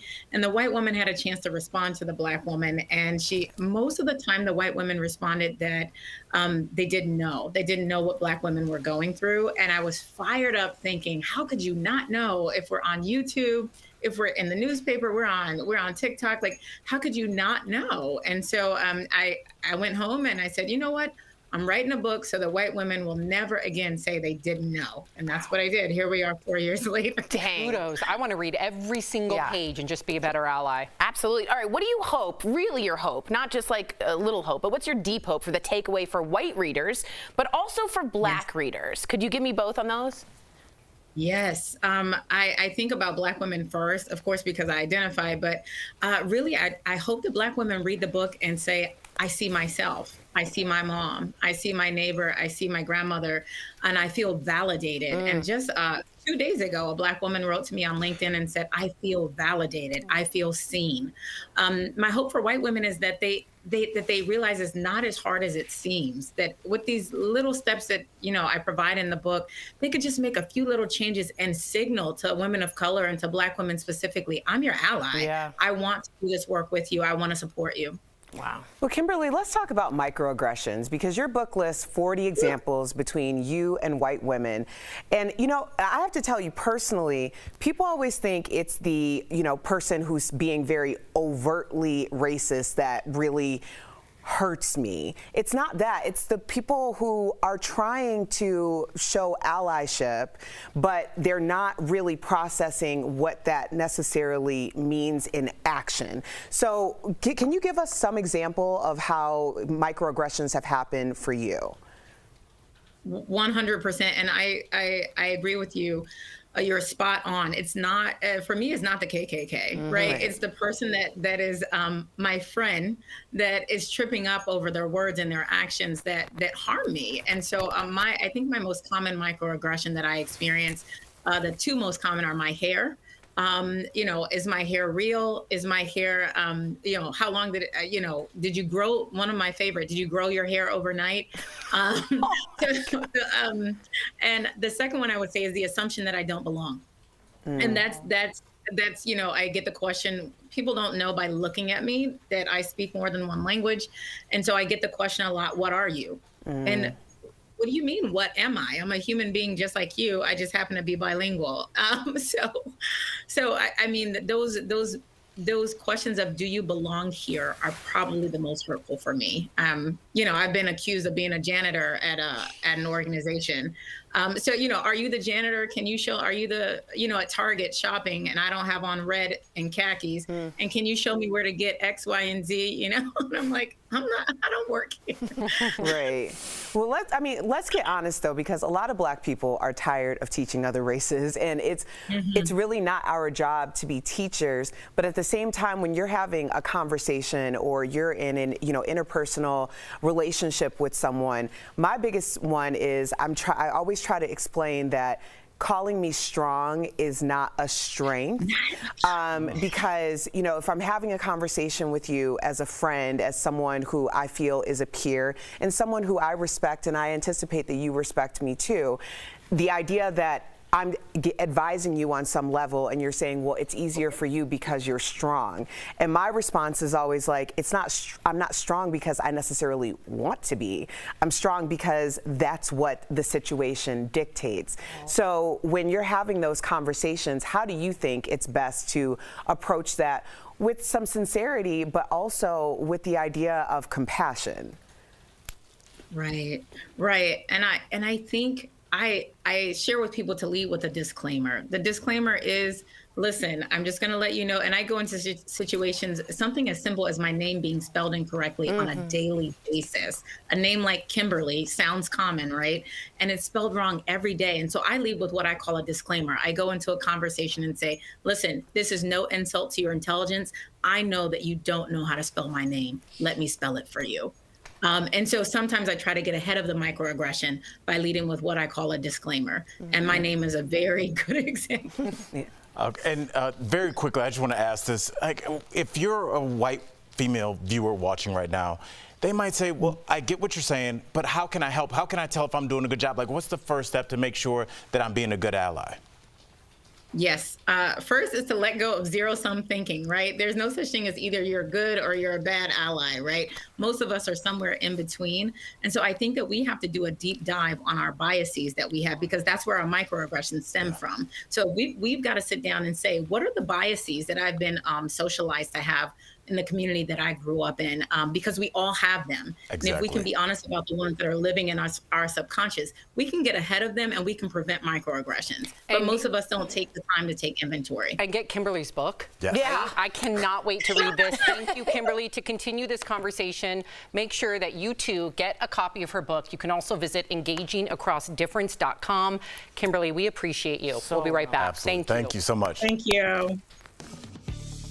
Promotional consideration is brought to you by Attention.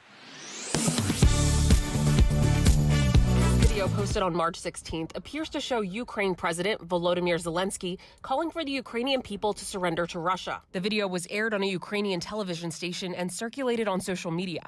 But is it real? Let's verify. Our sources are Ukraine President Volodymyr Zelenskyy, Ukraine 24, a national broadcasting channel in Ukraine, General Staff of the Armed Forces of Ukraine, the Ukrainian National Guard, InVid, a video forensics tool, and TinEye, a reverse image search tool. This video is a fake. In fact, it's a deep fake, which means the video that you see was generated using artificial intelligence technology to mimic the real thing. Using video forensics tools and reverse image searching, Verify can confirm that this video was computer generated, using still images from Zelenskyy's earlier press conferences. I'll walk you through how we figured it out. First, let's focus on Zelenskyy's face. The face we see talking in the deepfake video on the left was generated from this still image taken of Zelenskyy at a press conference on March 3rd. The mouth on the photo was manipulated to appear as if Zelenskyy was actually talking. Next, the background. In the deepfake video on the left, the background remains completely static. But if this were real, the background would be moving, like this video of Zelenskyy talking in the same room. Using TinEye, a reverse image search tool, Verify matched the static background image on the left to this photo, which shows Zelenskyy at a press conference held on February 24th. Next, Verify analyzed Zelenskyy's overall stature. In the deepfake video on the left, he appears much taller, with broader shoulders and a different facial structure compared to his appearances at earlier press conferences, standing behind the same podium. Ukraine 24, the station that aired the deepfake video, said on its Telegram channel that the video aired while the station was under attack by hackers. In their post, they called the video a fake. So we can verify, no, this video is not real. It's a deepfake. Ukraine President Volodymyr Zelenskyy said in a message on his social media pages that the video was, quote, a childish provocation, and Russia should be the one to lay down arms. With your Verify, I'm Ariane Till. As Americans pay more at the pump, some drivers are wondering, do I need to buy premium gas? Our sources for this Verify are Joe Weisenfelder, the executive editor of Cars.com, and Daniel Armbruster with AAA Texas. In a 2016 study, AAA found Americans wasted more than $2 billion using premium gas in vehicles designed to run on regular fuel. And 6 years later, they say many are still wasting money. A lot of drivers make that mistake. They don't read the owner's manual. Both our experts agree drivers must read their owner's manual. That manual will tell you if your vehicle requires premium gas. The only reason anyone needs to buy premium gas is if the car says that it is required, not recommended for best performance, but required. Cars that say recommended for best performance can operate on regular gas. They just change the timing a little bit. The only downside is you might get a little bit less power, but you probably wouldn't even notice the difference. So we can verify you don't have to buy premium gas unless your vehicle requires it. But if your vehicle owner's manual requires it, you definitely have to purchase premium fuel. With your Verify.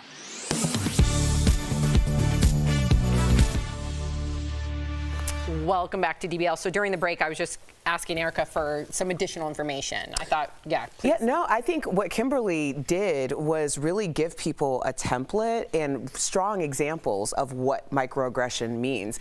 But for me, I'm very much like, if someone is willing to be vulnerable and do the work and want to have a sense of allyship and want to get better, I'm certainly not going to, take them to task for maybe not getting it right. I think this book really introduces the conversation. I love it. Awesome. If you guys are leaving us, you can watch the second half of the show online on YouTube, dailyblastlive.com, or our app. But if you get the second half of the show where you are, here is what's ahead. The amazing Ava DuVernay gives us a behind-the-scenes look at her new series. What can we expect from the DC comic adaptation? And Kanye gets banned from performing at the Grammys. Was this the right choice?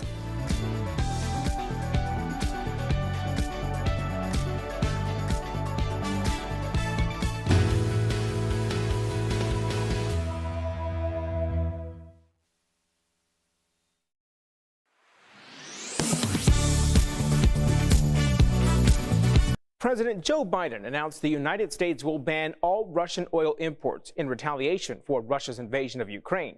But he also acknowledged that the ban would bring additional costs to Americans, particularly at the gas pump. Gas prices are already soaring across the country, leading some on social media to claim changing your tire pressure would help increase mileage and reduce costs. So let's verify. Can properly inflating your tires help improve your gas mileage? Our sources are the U.S. Department of Energy, the National Highway Traffic Safety Administration, and Sean Huff, staff researcher at Oak Ridge National Laboratory. According to the DOE, the correct PSI, or pounds per square inch of tire pressure, can boost your gas mileage up to 3%. With the current price of gas across the country, that's the equivalent of saving more than 10 cents per gallon of gas. The National Highway Traffic Safety Administration also said properly inflating your tires can save you money, but only 19% of drivers actually do so. Properly inflating the tires is a way to minimize the amount of energy it takes to push the vehicle down the road. So as the tire pressure goes down below the optimum pressure, the tire deforms or flattens. And as the tire flattens, then it's more difficult for the tire to roll on the pavement. And then that, of course, requires more energy to move the vehicle down the road. So we can verify, yes, properly inflated tires can improve your car's fuel economy. To find your car's correct PSI, you'll need to check the sticker inside the driver's side door. With your Verify, I'm Brandon Lewis.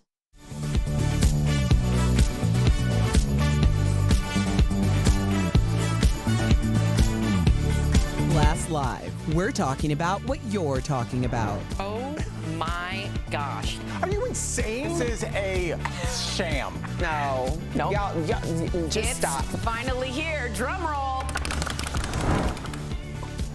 Oh, welcome to DBL. Okay, we got to start with this. You may have seen the news over the weekend. It was trending all over social media. Kanye West won't be performing at the Grammys next month. Kanye's rep said the rapper was pulled from the lineup due to his, quote, concerning online behavior. This comes days after Kanye was temporarily banned from Instagram after using a racial slur directed at Trevor Noah, who is hosting the Grammys. Trevor apparently had nothing to do with the decision, but he did take some swipes at Kanye on The Daily Maury Show last night for harassing his ex, Kim Kardashian. Trevor has since quoted or tweeted out, quote, "I said counsel Kanye, not cancel Kanye." Woof. What do you think about Trevor's response? And what do you think about Kanye not performing? I understand the logic behind him not performing, but I also know that if he does not perform, Patty, our executive producer, and Michael Dean, they're going to have our stories queued up, and it's going to be, guess what, ratings are down again this year.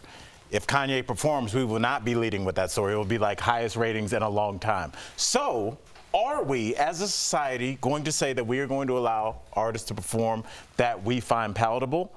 Or are we going to say that it's all about eyeballs, advertising dollars? I don't know which one's right. I don't know which one is wrong, because everybody has a bottom line they got to fill. But Kanye not being there is going to take some away from the performance, take some viewership away, maybe even mine. I hear you. Talk to me. But at what point are we quantifying exploitation for someone who I think there has been some degree of mental health has been talked about? So is it important to have him be there so that you can quantify and pick up on this exploitation of what might happen? Because Kanye can hijack a moment whether he's on the bill or on the schedule or not. I think that's what they're worried about. Right. So at that point, you got TV time. That means that we can't just have something go rogue in the middle of a live broadcast. Yeah. So I can understand the decision. Yeah, I think there's two things. One is exactly right. Remember, he took at the VMAs, I believe it was, there it is, Taylor was winning. He took the mic, said he wasn't even up for that award, and said, "I'm gonna let you finish." And then he went on to say Beyonce should have been the one, and it was this big pop culture moment, right? A, I think they're worried about him doing something like that. But B, I don't think the Grammys wanna endorse someone who, to me, is acting as a harasser. And I think the Grammys have already had some black eyes with what they've seen and what they've done in the past. And I've seen they've been boycotted before. I don't think they want to add to that. And again, I think it's about, if you put Kanye on, what's the first thing I would say on the next show? We exploited someone's mental health and Kim Kardashian's safety for eyeballs. And I don't think that's what Grammys should be doing. I don't know. We let people fight other people in cages. We let that's a lot consensual. of things go. Consensual. But there's also been without mental health issues. Kim doesn't want this. I'm just saying, we all say what we want to think that we feel on this panel as human beings. But there's a reason that people watch people walk across tightropes in between buildings. There's a reason that we watch people jump over canyons on a motorcycle. Yeah, but if something bad happened, we would all criticize the Grammys for exploiting his mental health. But Sam, let's be better. Let's be better. Tell the advertisers that people want eyeballs on these things so they can sell. But what kind of eyeballs? Do you want the right eyeballs? I don't think it matters to them. I think they want to see the biggest number associated with Grammys.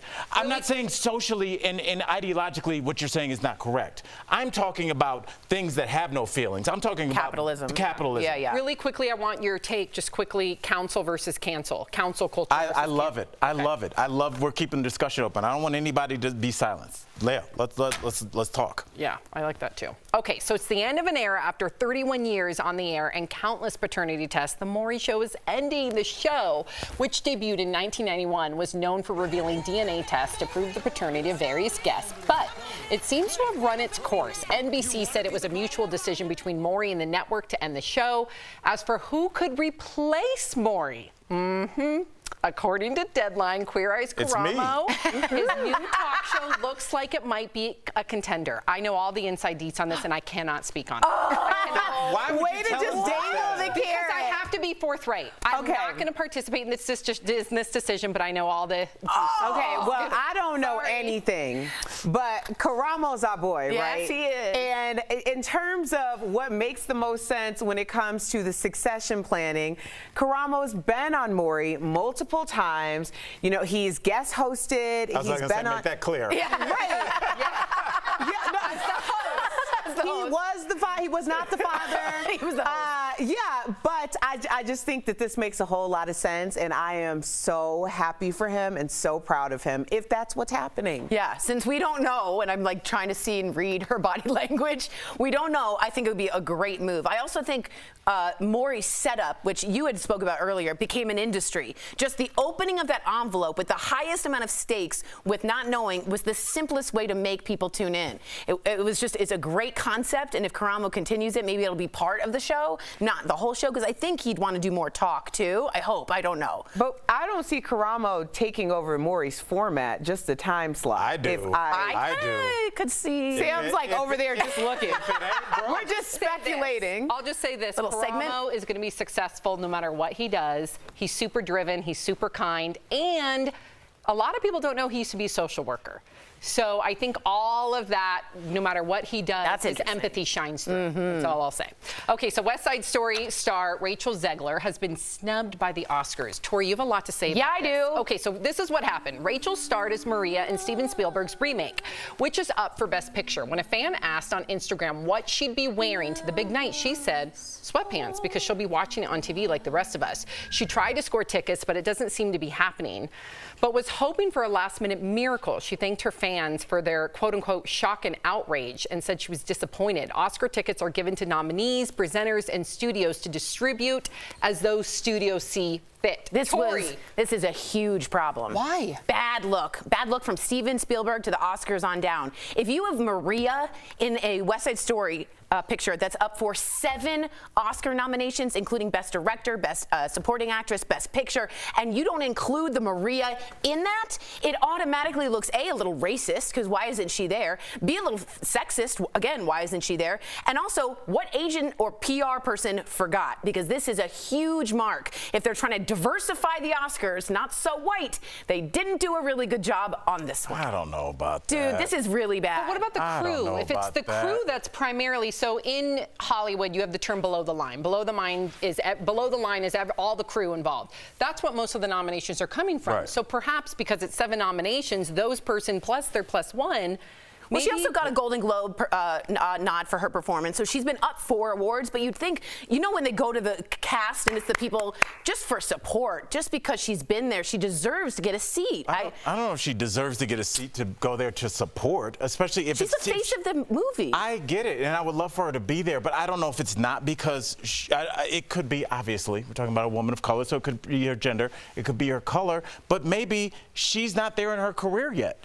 When you get to a certain point in your career, there's no discussion about who's going to be, you know, that you're going to have a seat at the table. She is a young, budding superstar, and maybe she is just not there in her career yet. And I don't know if we can automatically just go to gender or her race. Could that be a thing? Absolutely. But I'm not sure in this case if we want to slap that label on them. With the Oscars, I'm happy to. What do you think? She should be there. Yeah, that's ridiculous. How are you going to have a whole table without the stars of the show? Maria's not there? But we that's never weird. honor the crew, ever. The crew is never honored. What if all the allocated tickets are going to the crew because those are the ones that were nominated? They need more tickets. But it's not the only movie. It's too big of a print hole. another ticket. Yeah, it's too big of a hole right there. I have a copy machine. An ensemble cast, and all the other cast members are going to be upset. They're Jets and Sharks are ensemble, but Maria and Anita, you got to have them there if you're going to represent the West Side Story. I think it'll go off without a hitch either way. You're saying she's got to be there. I don't know if it's that situation. There's a petition already. It's not Black Panther or something like just No, but it's a big snub, and you know what? It could be read the wrong way. It could be read the wrong way with the Oscars. She's a very petite woman. She could fit right in there. Coming up on DBL. She will be there in the future, I promise. No, she'll be there this year. Has the internet talking. Do you believe that Bigfoot is out there? And a new DC comic series is on HBO Max, and we've got the director, Ava DuVernay, to tell us all about it next. I love that suit. Closed captioning provided by. And I said.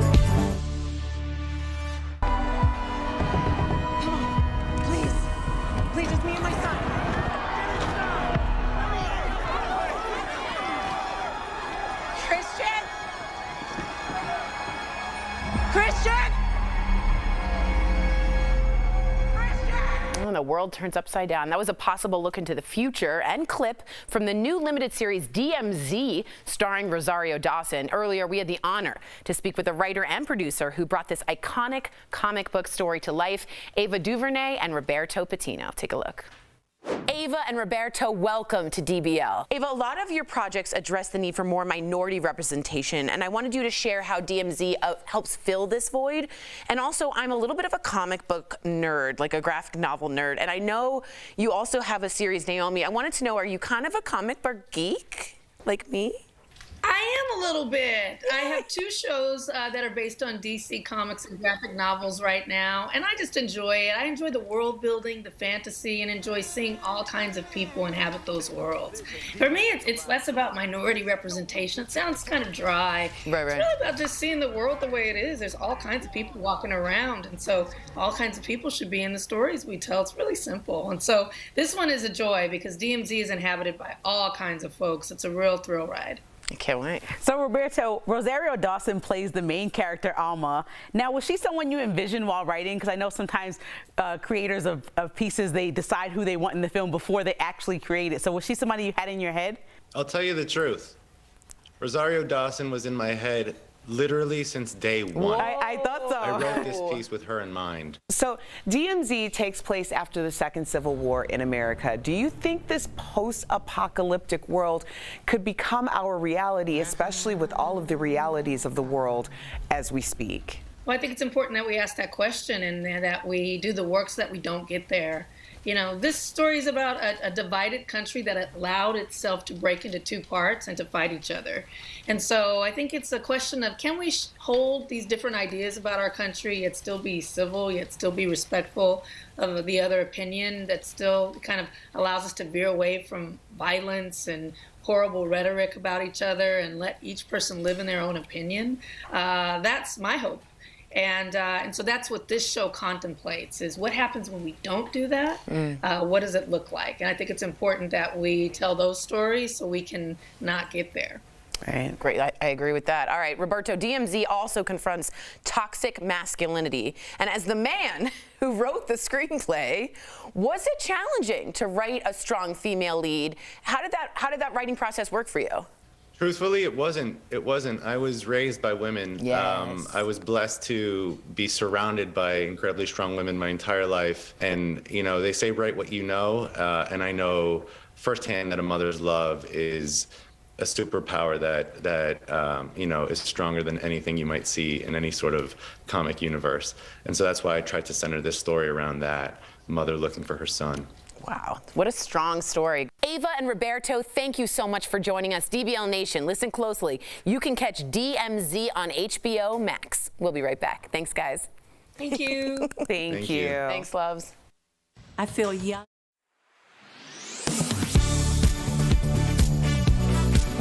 Are the prices you're paying for gas at the pump staying high and the prices of crude oil dropping? To find out, we went to these sources: the U.S. Energy Information Administration, AAA, and the statistics company, Trading Economics. According to both the EIA and Trading Economics, the last time crude cost roughly $96 a barrel was February 28th of this year. So what was the price of gas at that point? According to the EIA and AAA, the national average was between $3.60 and $3.70 a gallon. So the data supports the president here. The last time crude oil cost roughly $96 a barrel, gas was cheaper than it is now, at around $3.60 a gallon. Figures from Trading Economics and AAA show that on the day Biden posted his tweet, crude prices were trending downward and had fallen below $96 a barrel, while gas cost $4.31 a gallon. That means we can verify, yes, the price of gas is staying high even as the price of crude is dropping. But that doesn't mean it'll stay that way. We spoke with experts at Gas Buddy who told us gas prices often lag behind oil prices during times of high volatility. They told us, quote, "There is no hard and fast rule for how long it takes gas prices to drop once oil prices decline. However, in this instance, we're expecting most of the U.S. to feel some sort of relief in the next few days, and for prices to potentially drop below the $4 mark on average in the next 3 to 5 weeks. That is, of course, dependent on oil prices staying where they are now." Nonetheless, Biden isn't the only one accusing the oil and gas industry of taking advantage. For its part, the American Petroleum Institute, a group that represents some oil companies, said to us in a statement, quote, "It takes time for changing market conditions to work through the supply chain and for the price of crude oil to be widely reflected in the price we pay at local gas stations." With your Verify, I'm Casey Decker. I love this story. So for decades, people have claimed they saw a strange man-like oversized primate in the woods. I'm talking about Bigfoot people. But despite all of our technology, the creature has never officially been captured on film. But the proof lies in the footsteps. The latest comes from Big Sur, that's near Santa Cruz, California, where a hiker spotted a huge footprint. Look at that, next to their own. Next to their own compressor. Wow, side. what are we looking at? Wait, nothing. Wait, they shared it on Reddit for feedback. The post reads, quote, "Footprint found at the top of a hike in Big Sur, California, near Santa Cruz." Really? What do you guys think? I added the Santa Cruz. I know, I was like, Santa Cruz, that's her hometown.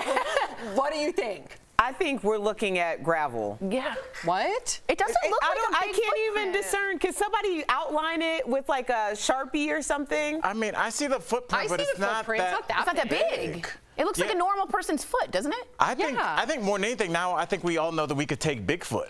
You know, if it came down to it, I could take Bigfoot out. If that's the size of your foot, I'm assuming he doesn't want to be friends. If we got to square off in the woods, I like my chances hiding now. for centuries. Bigfoot's a size 11. I'm 13. He's not aggressive if he is. First of all, why is it always just no one can get a clear shot? The blurriness of Bigfoot bothers me.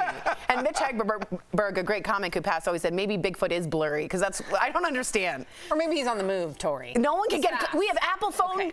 I've got more proof. I've got more We proof. have Apple phone. If that doesn't convince you, here are some pretty convincing sightings. A Mississippi resident captured footage of this potential Bigfoot while hunting on his property. Afraid to go back into the woods, he posted the video to YouTube asking for help to identify the animal. And he also thought he was being pranked. So he was like, please let me know who pranked me. Okay. What are we looking at? Yeah, what is that? Looks like a bear. Where? Bear. Where is it? Right in front. Is there something wrong with my eyes? It's unclear every time. Or maybe it's just, looked like a cave. I just like that the guy was like, might can be a somebody help me cave. identify it? It's like, you're the one with the camera in the woods. That was your time, bro. It's his backyard. You would think he would but know. what about this one? This Okay. one's big time, guys.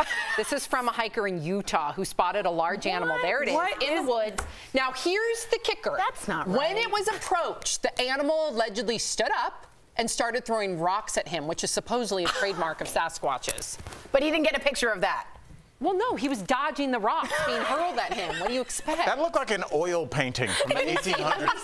Let me see the oil painting. It's always so blurry. If you're Bigfoot, do you need to throw rocks? Y'all are some That has a gaslighting tail. individuals. Wait, go back. That had a long tail. Yeah, I go saw back. it. No, it. That has Where? a tail. Right at the bottom? On the And it goes to bottom, the right. that's a tail. So what kind of a large animal has a long tail like that? It's a tail. Y'all, Bigfoot doesn't have a tail. This is all made up. This is all that convincing. I sold it, but I'm not convinced. I don't know if you sold it, Sam. I You did. You said, look at there's a tail, and then yelled it twice, and then you're like, well, there's Bigfoot now. What's the next story? I do like the fact that it is a community. Does anyone believe here? No. No. I think we would have found it by now. Does anyone in the studio believe it? Yeah. Clap. That there's a Just Kelly. Bigfoot that's, what, eating things in the woods? You would have known. Right, you would have gotten some kind of video or footage. I don't like this. I don't like this. Kelly Schubert. He's so fast? If we can have fossils from dinosaurs, how do we not have fossils from Bigfoot? Right, and also you would think that there'd be one. She's saying he's I very can't fast. not look at that. Kelly, I think we need to see that again. Like really fast with his feet too. And dinosaurs are fast? What is going on here? What is going on? In the words of Al Jackson, this is bananagrams. It is. But do you know what's so great about that is you have to think somebody somewhere in the country tuned in, right, when Kelly was doing that, and was like, I don't know what this show is, but I'm never gonna not watch this. Like that. Kelly, I will have that on a GIF before the end of the day. They're loving it. That is amazing. Harry and the Hendersons. If you haven't seen Harry and the Hendersons, I wonder if it holds up. Probably not. Yeah. We'll be right back. Sam telling us to watch 30-year-old movies. Remember MASH? If you haven't I seen think it, Harry's longer than 30. it's 25 What are we minutes. talking about? Promotional consideration is brought to you by posted on March 16th appears to show Ukraine President Volodymyr Zelenskyy calling for the Ukrainian people to surrender to Russia. The video was aired on a Ukrainian television station and circulated on social media.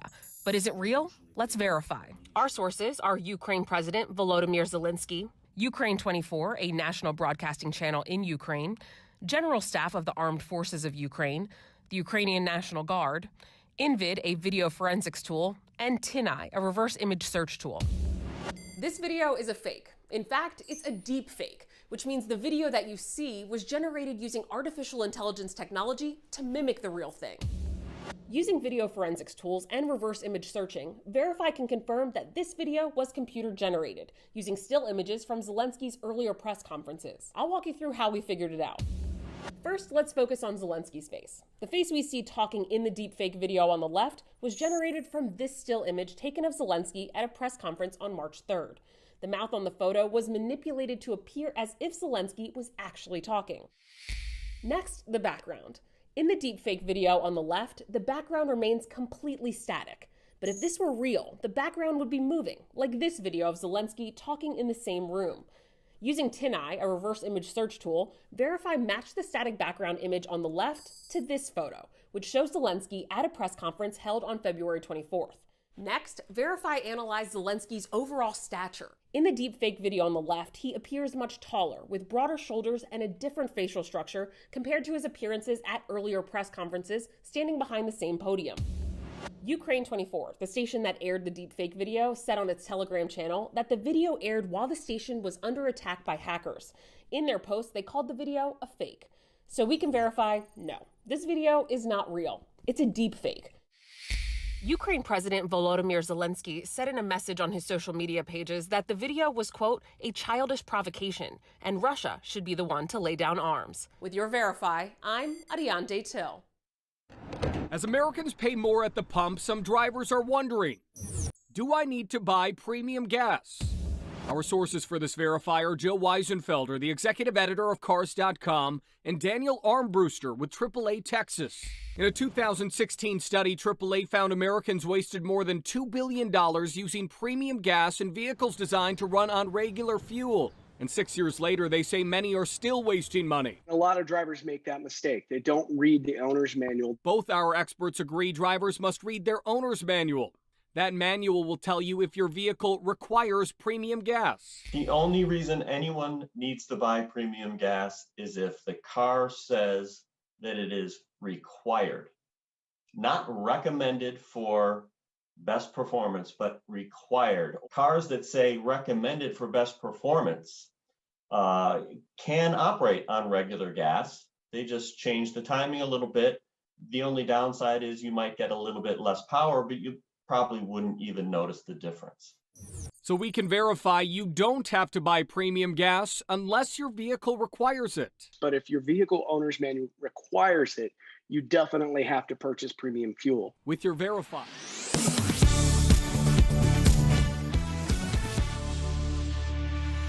Welcome back. We got to talk about this man making money in Japan by doing nothing. Nada. He's known as Rent a Man, who is hired to spend time with I think somebody's people. already explored this topic. Albert. Mostly women who just want a companion to do stuff with. Some of his gigs include waiting for a man at the end of a marathon finish line.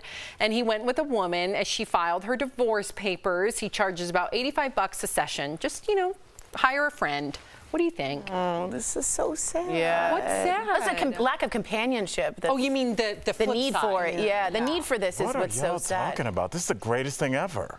You show up, be a friend for 10 minutes. That's the perfect relationship. Yeah, for him. Right, but I'm saying just the fact that there is a need is sad. And there's also like cuddle cafes in which you can cuddle and just be around people. Cuddle people? No, sometimes it's stuffed animals cafe? Or cuddle other people. Cuddle. Where are you hanging out? No, I'm just saying there's a need for strangers cuddle. There's a need for touching and intimacy that's lacking clearly. But he wasn't touching people. But he was a companion. Is he a genius to think of this? I don't know about it makes sense. You have to find, the niche in the market. Clearly, he found it. Now, in terms of cuddles, I did have to put Spike in a pet hotel this weekend, and I did buy him cuddles. I buy him multiple cuddles. You have to pay for the cuddles? Yes, you have to cuddle pay. package for your dog. Wait, what do you mean? Like he goes on the lap of the owner? Yeah, like they get 10 minutes of cuddle per. So I got him like morning cuddles. How do you know? Night cuddles. They told us that he cuddled. I could tell you anything. What do you want? How much did you pay them? It was $10 a cuddle. Okay. That's worth it, Erica. It I was pay extra worth to say, it. can he or she sleep in your bed for the night? Sure. Under the covers? Of course. We need a drug testing program here at DBL. You guys are out of your mind. See you every day. Bye, guys.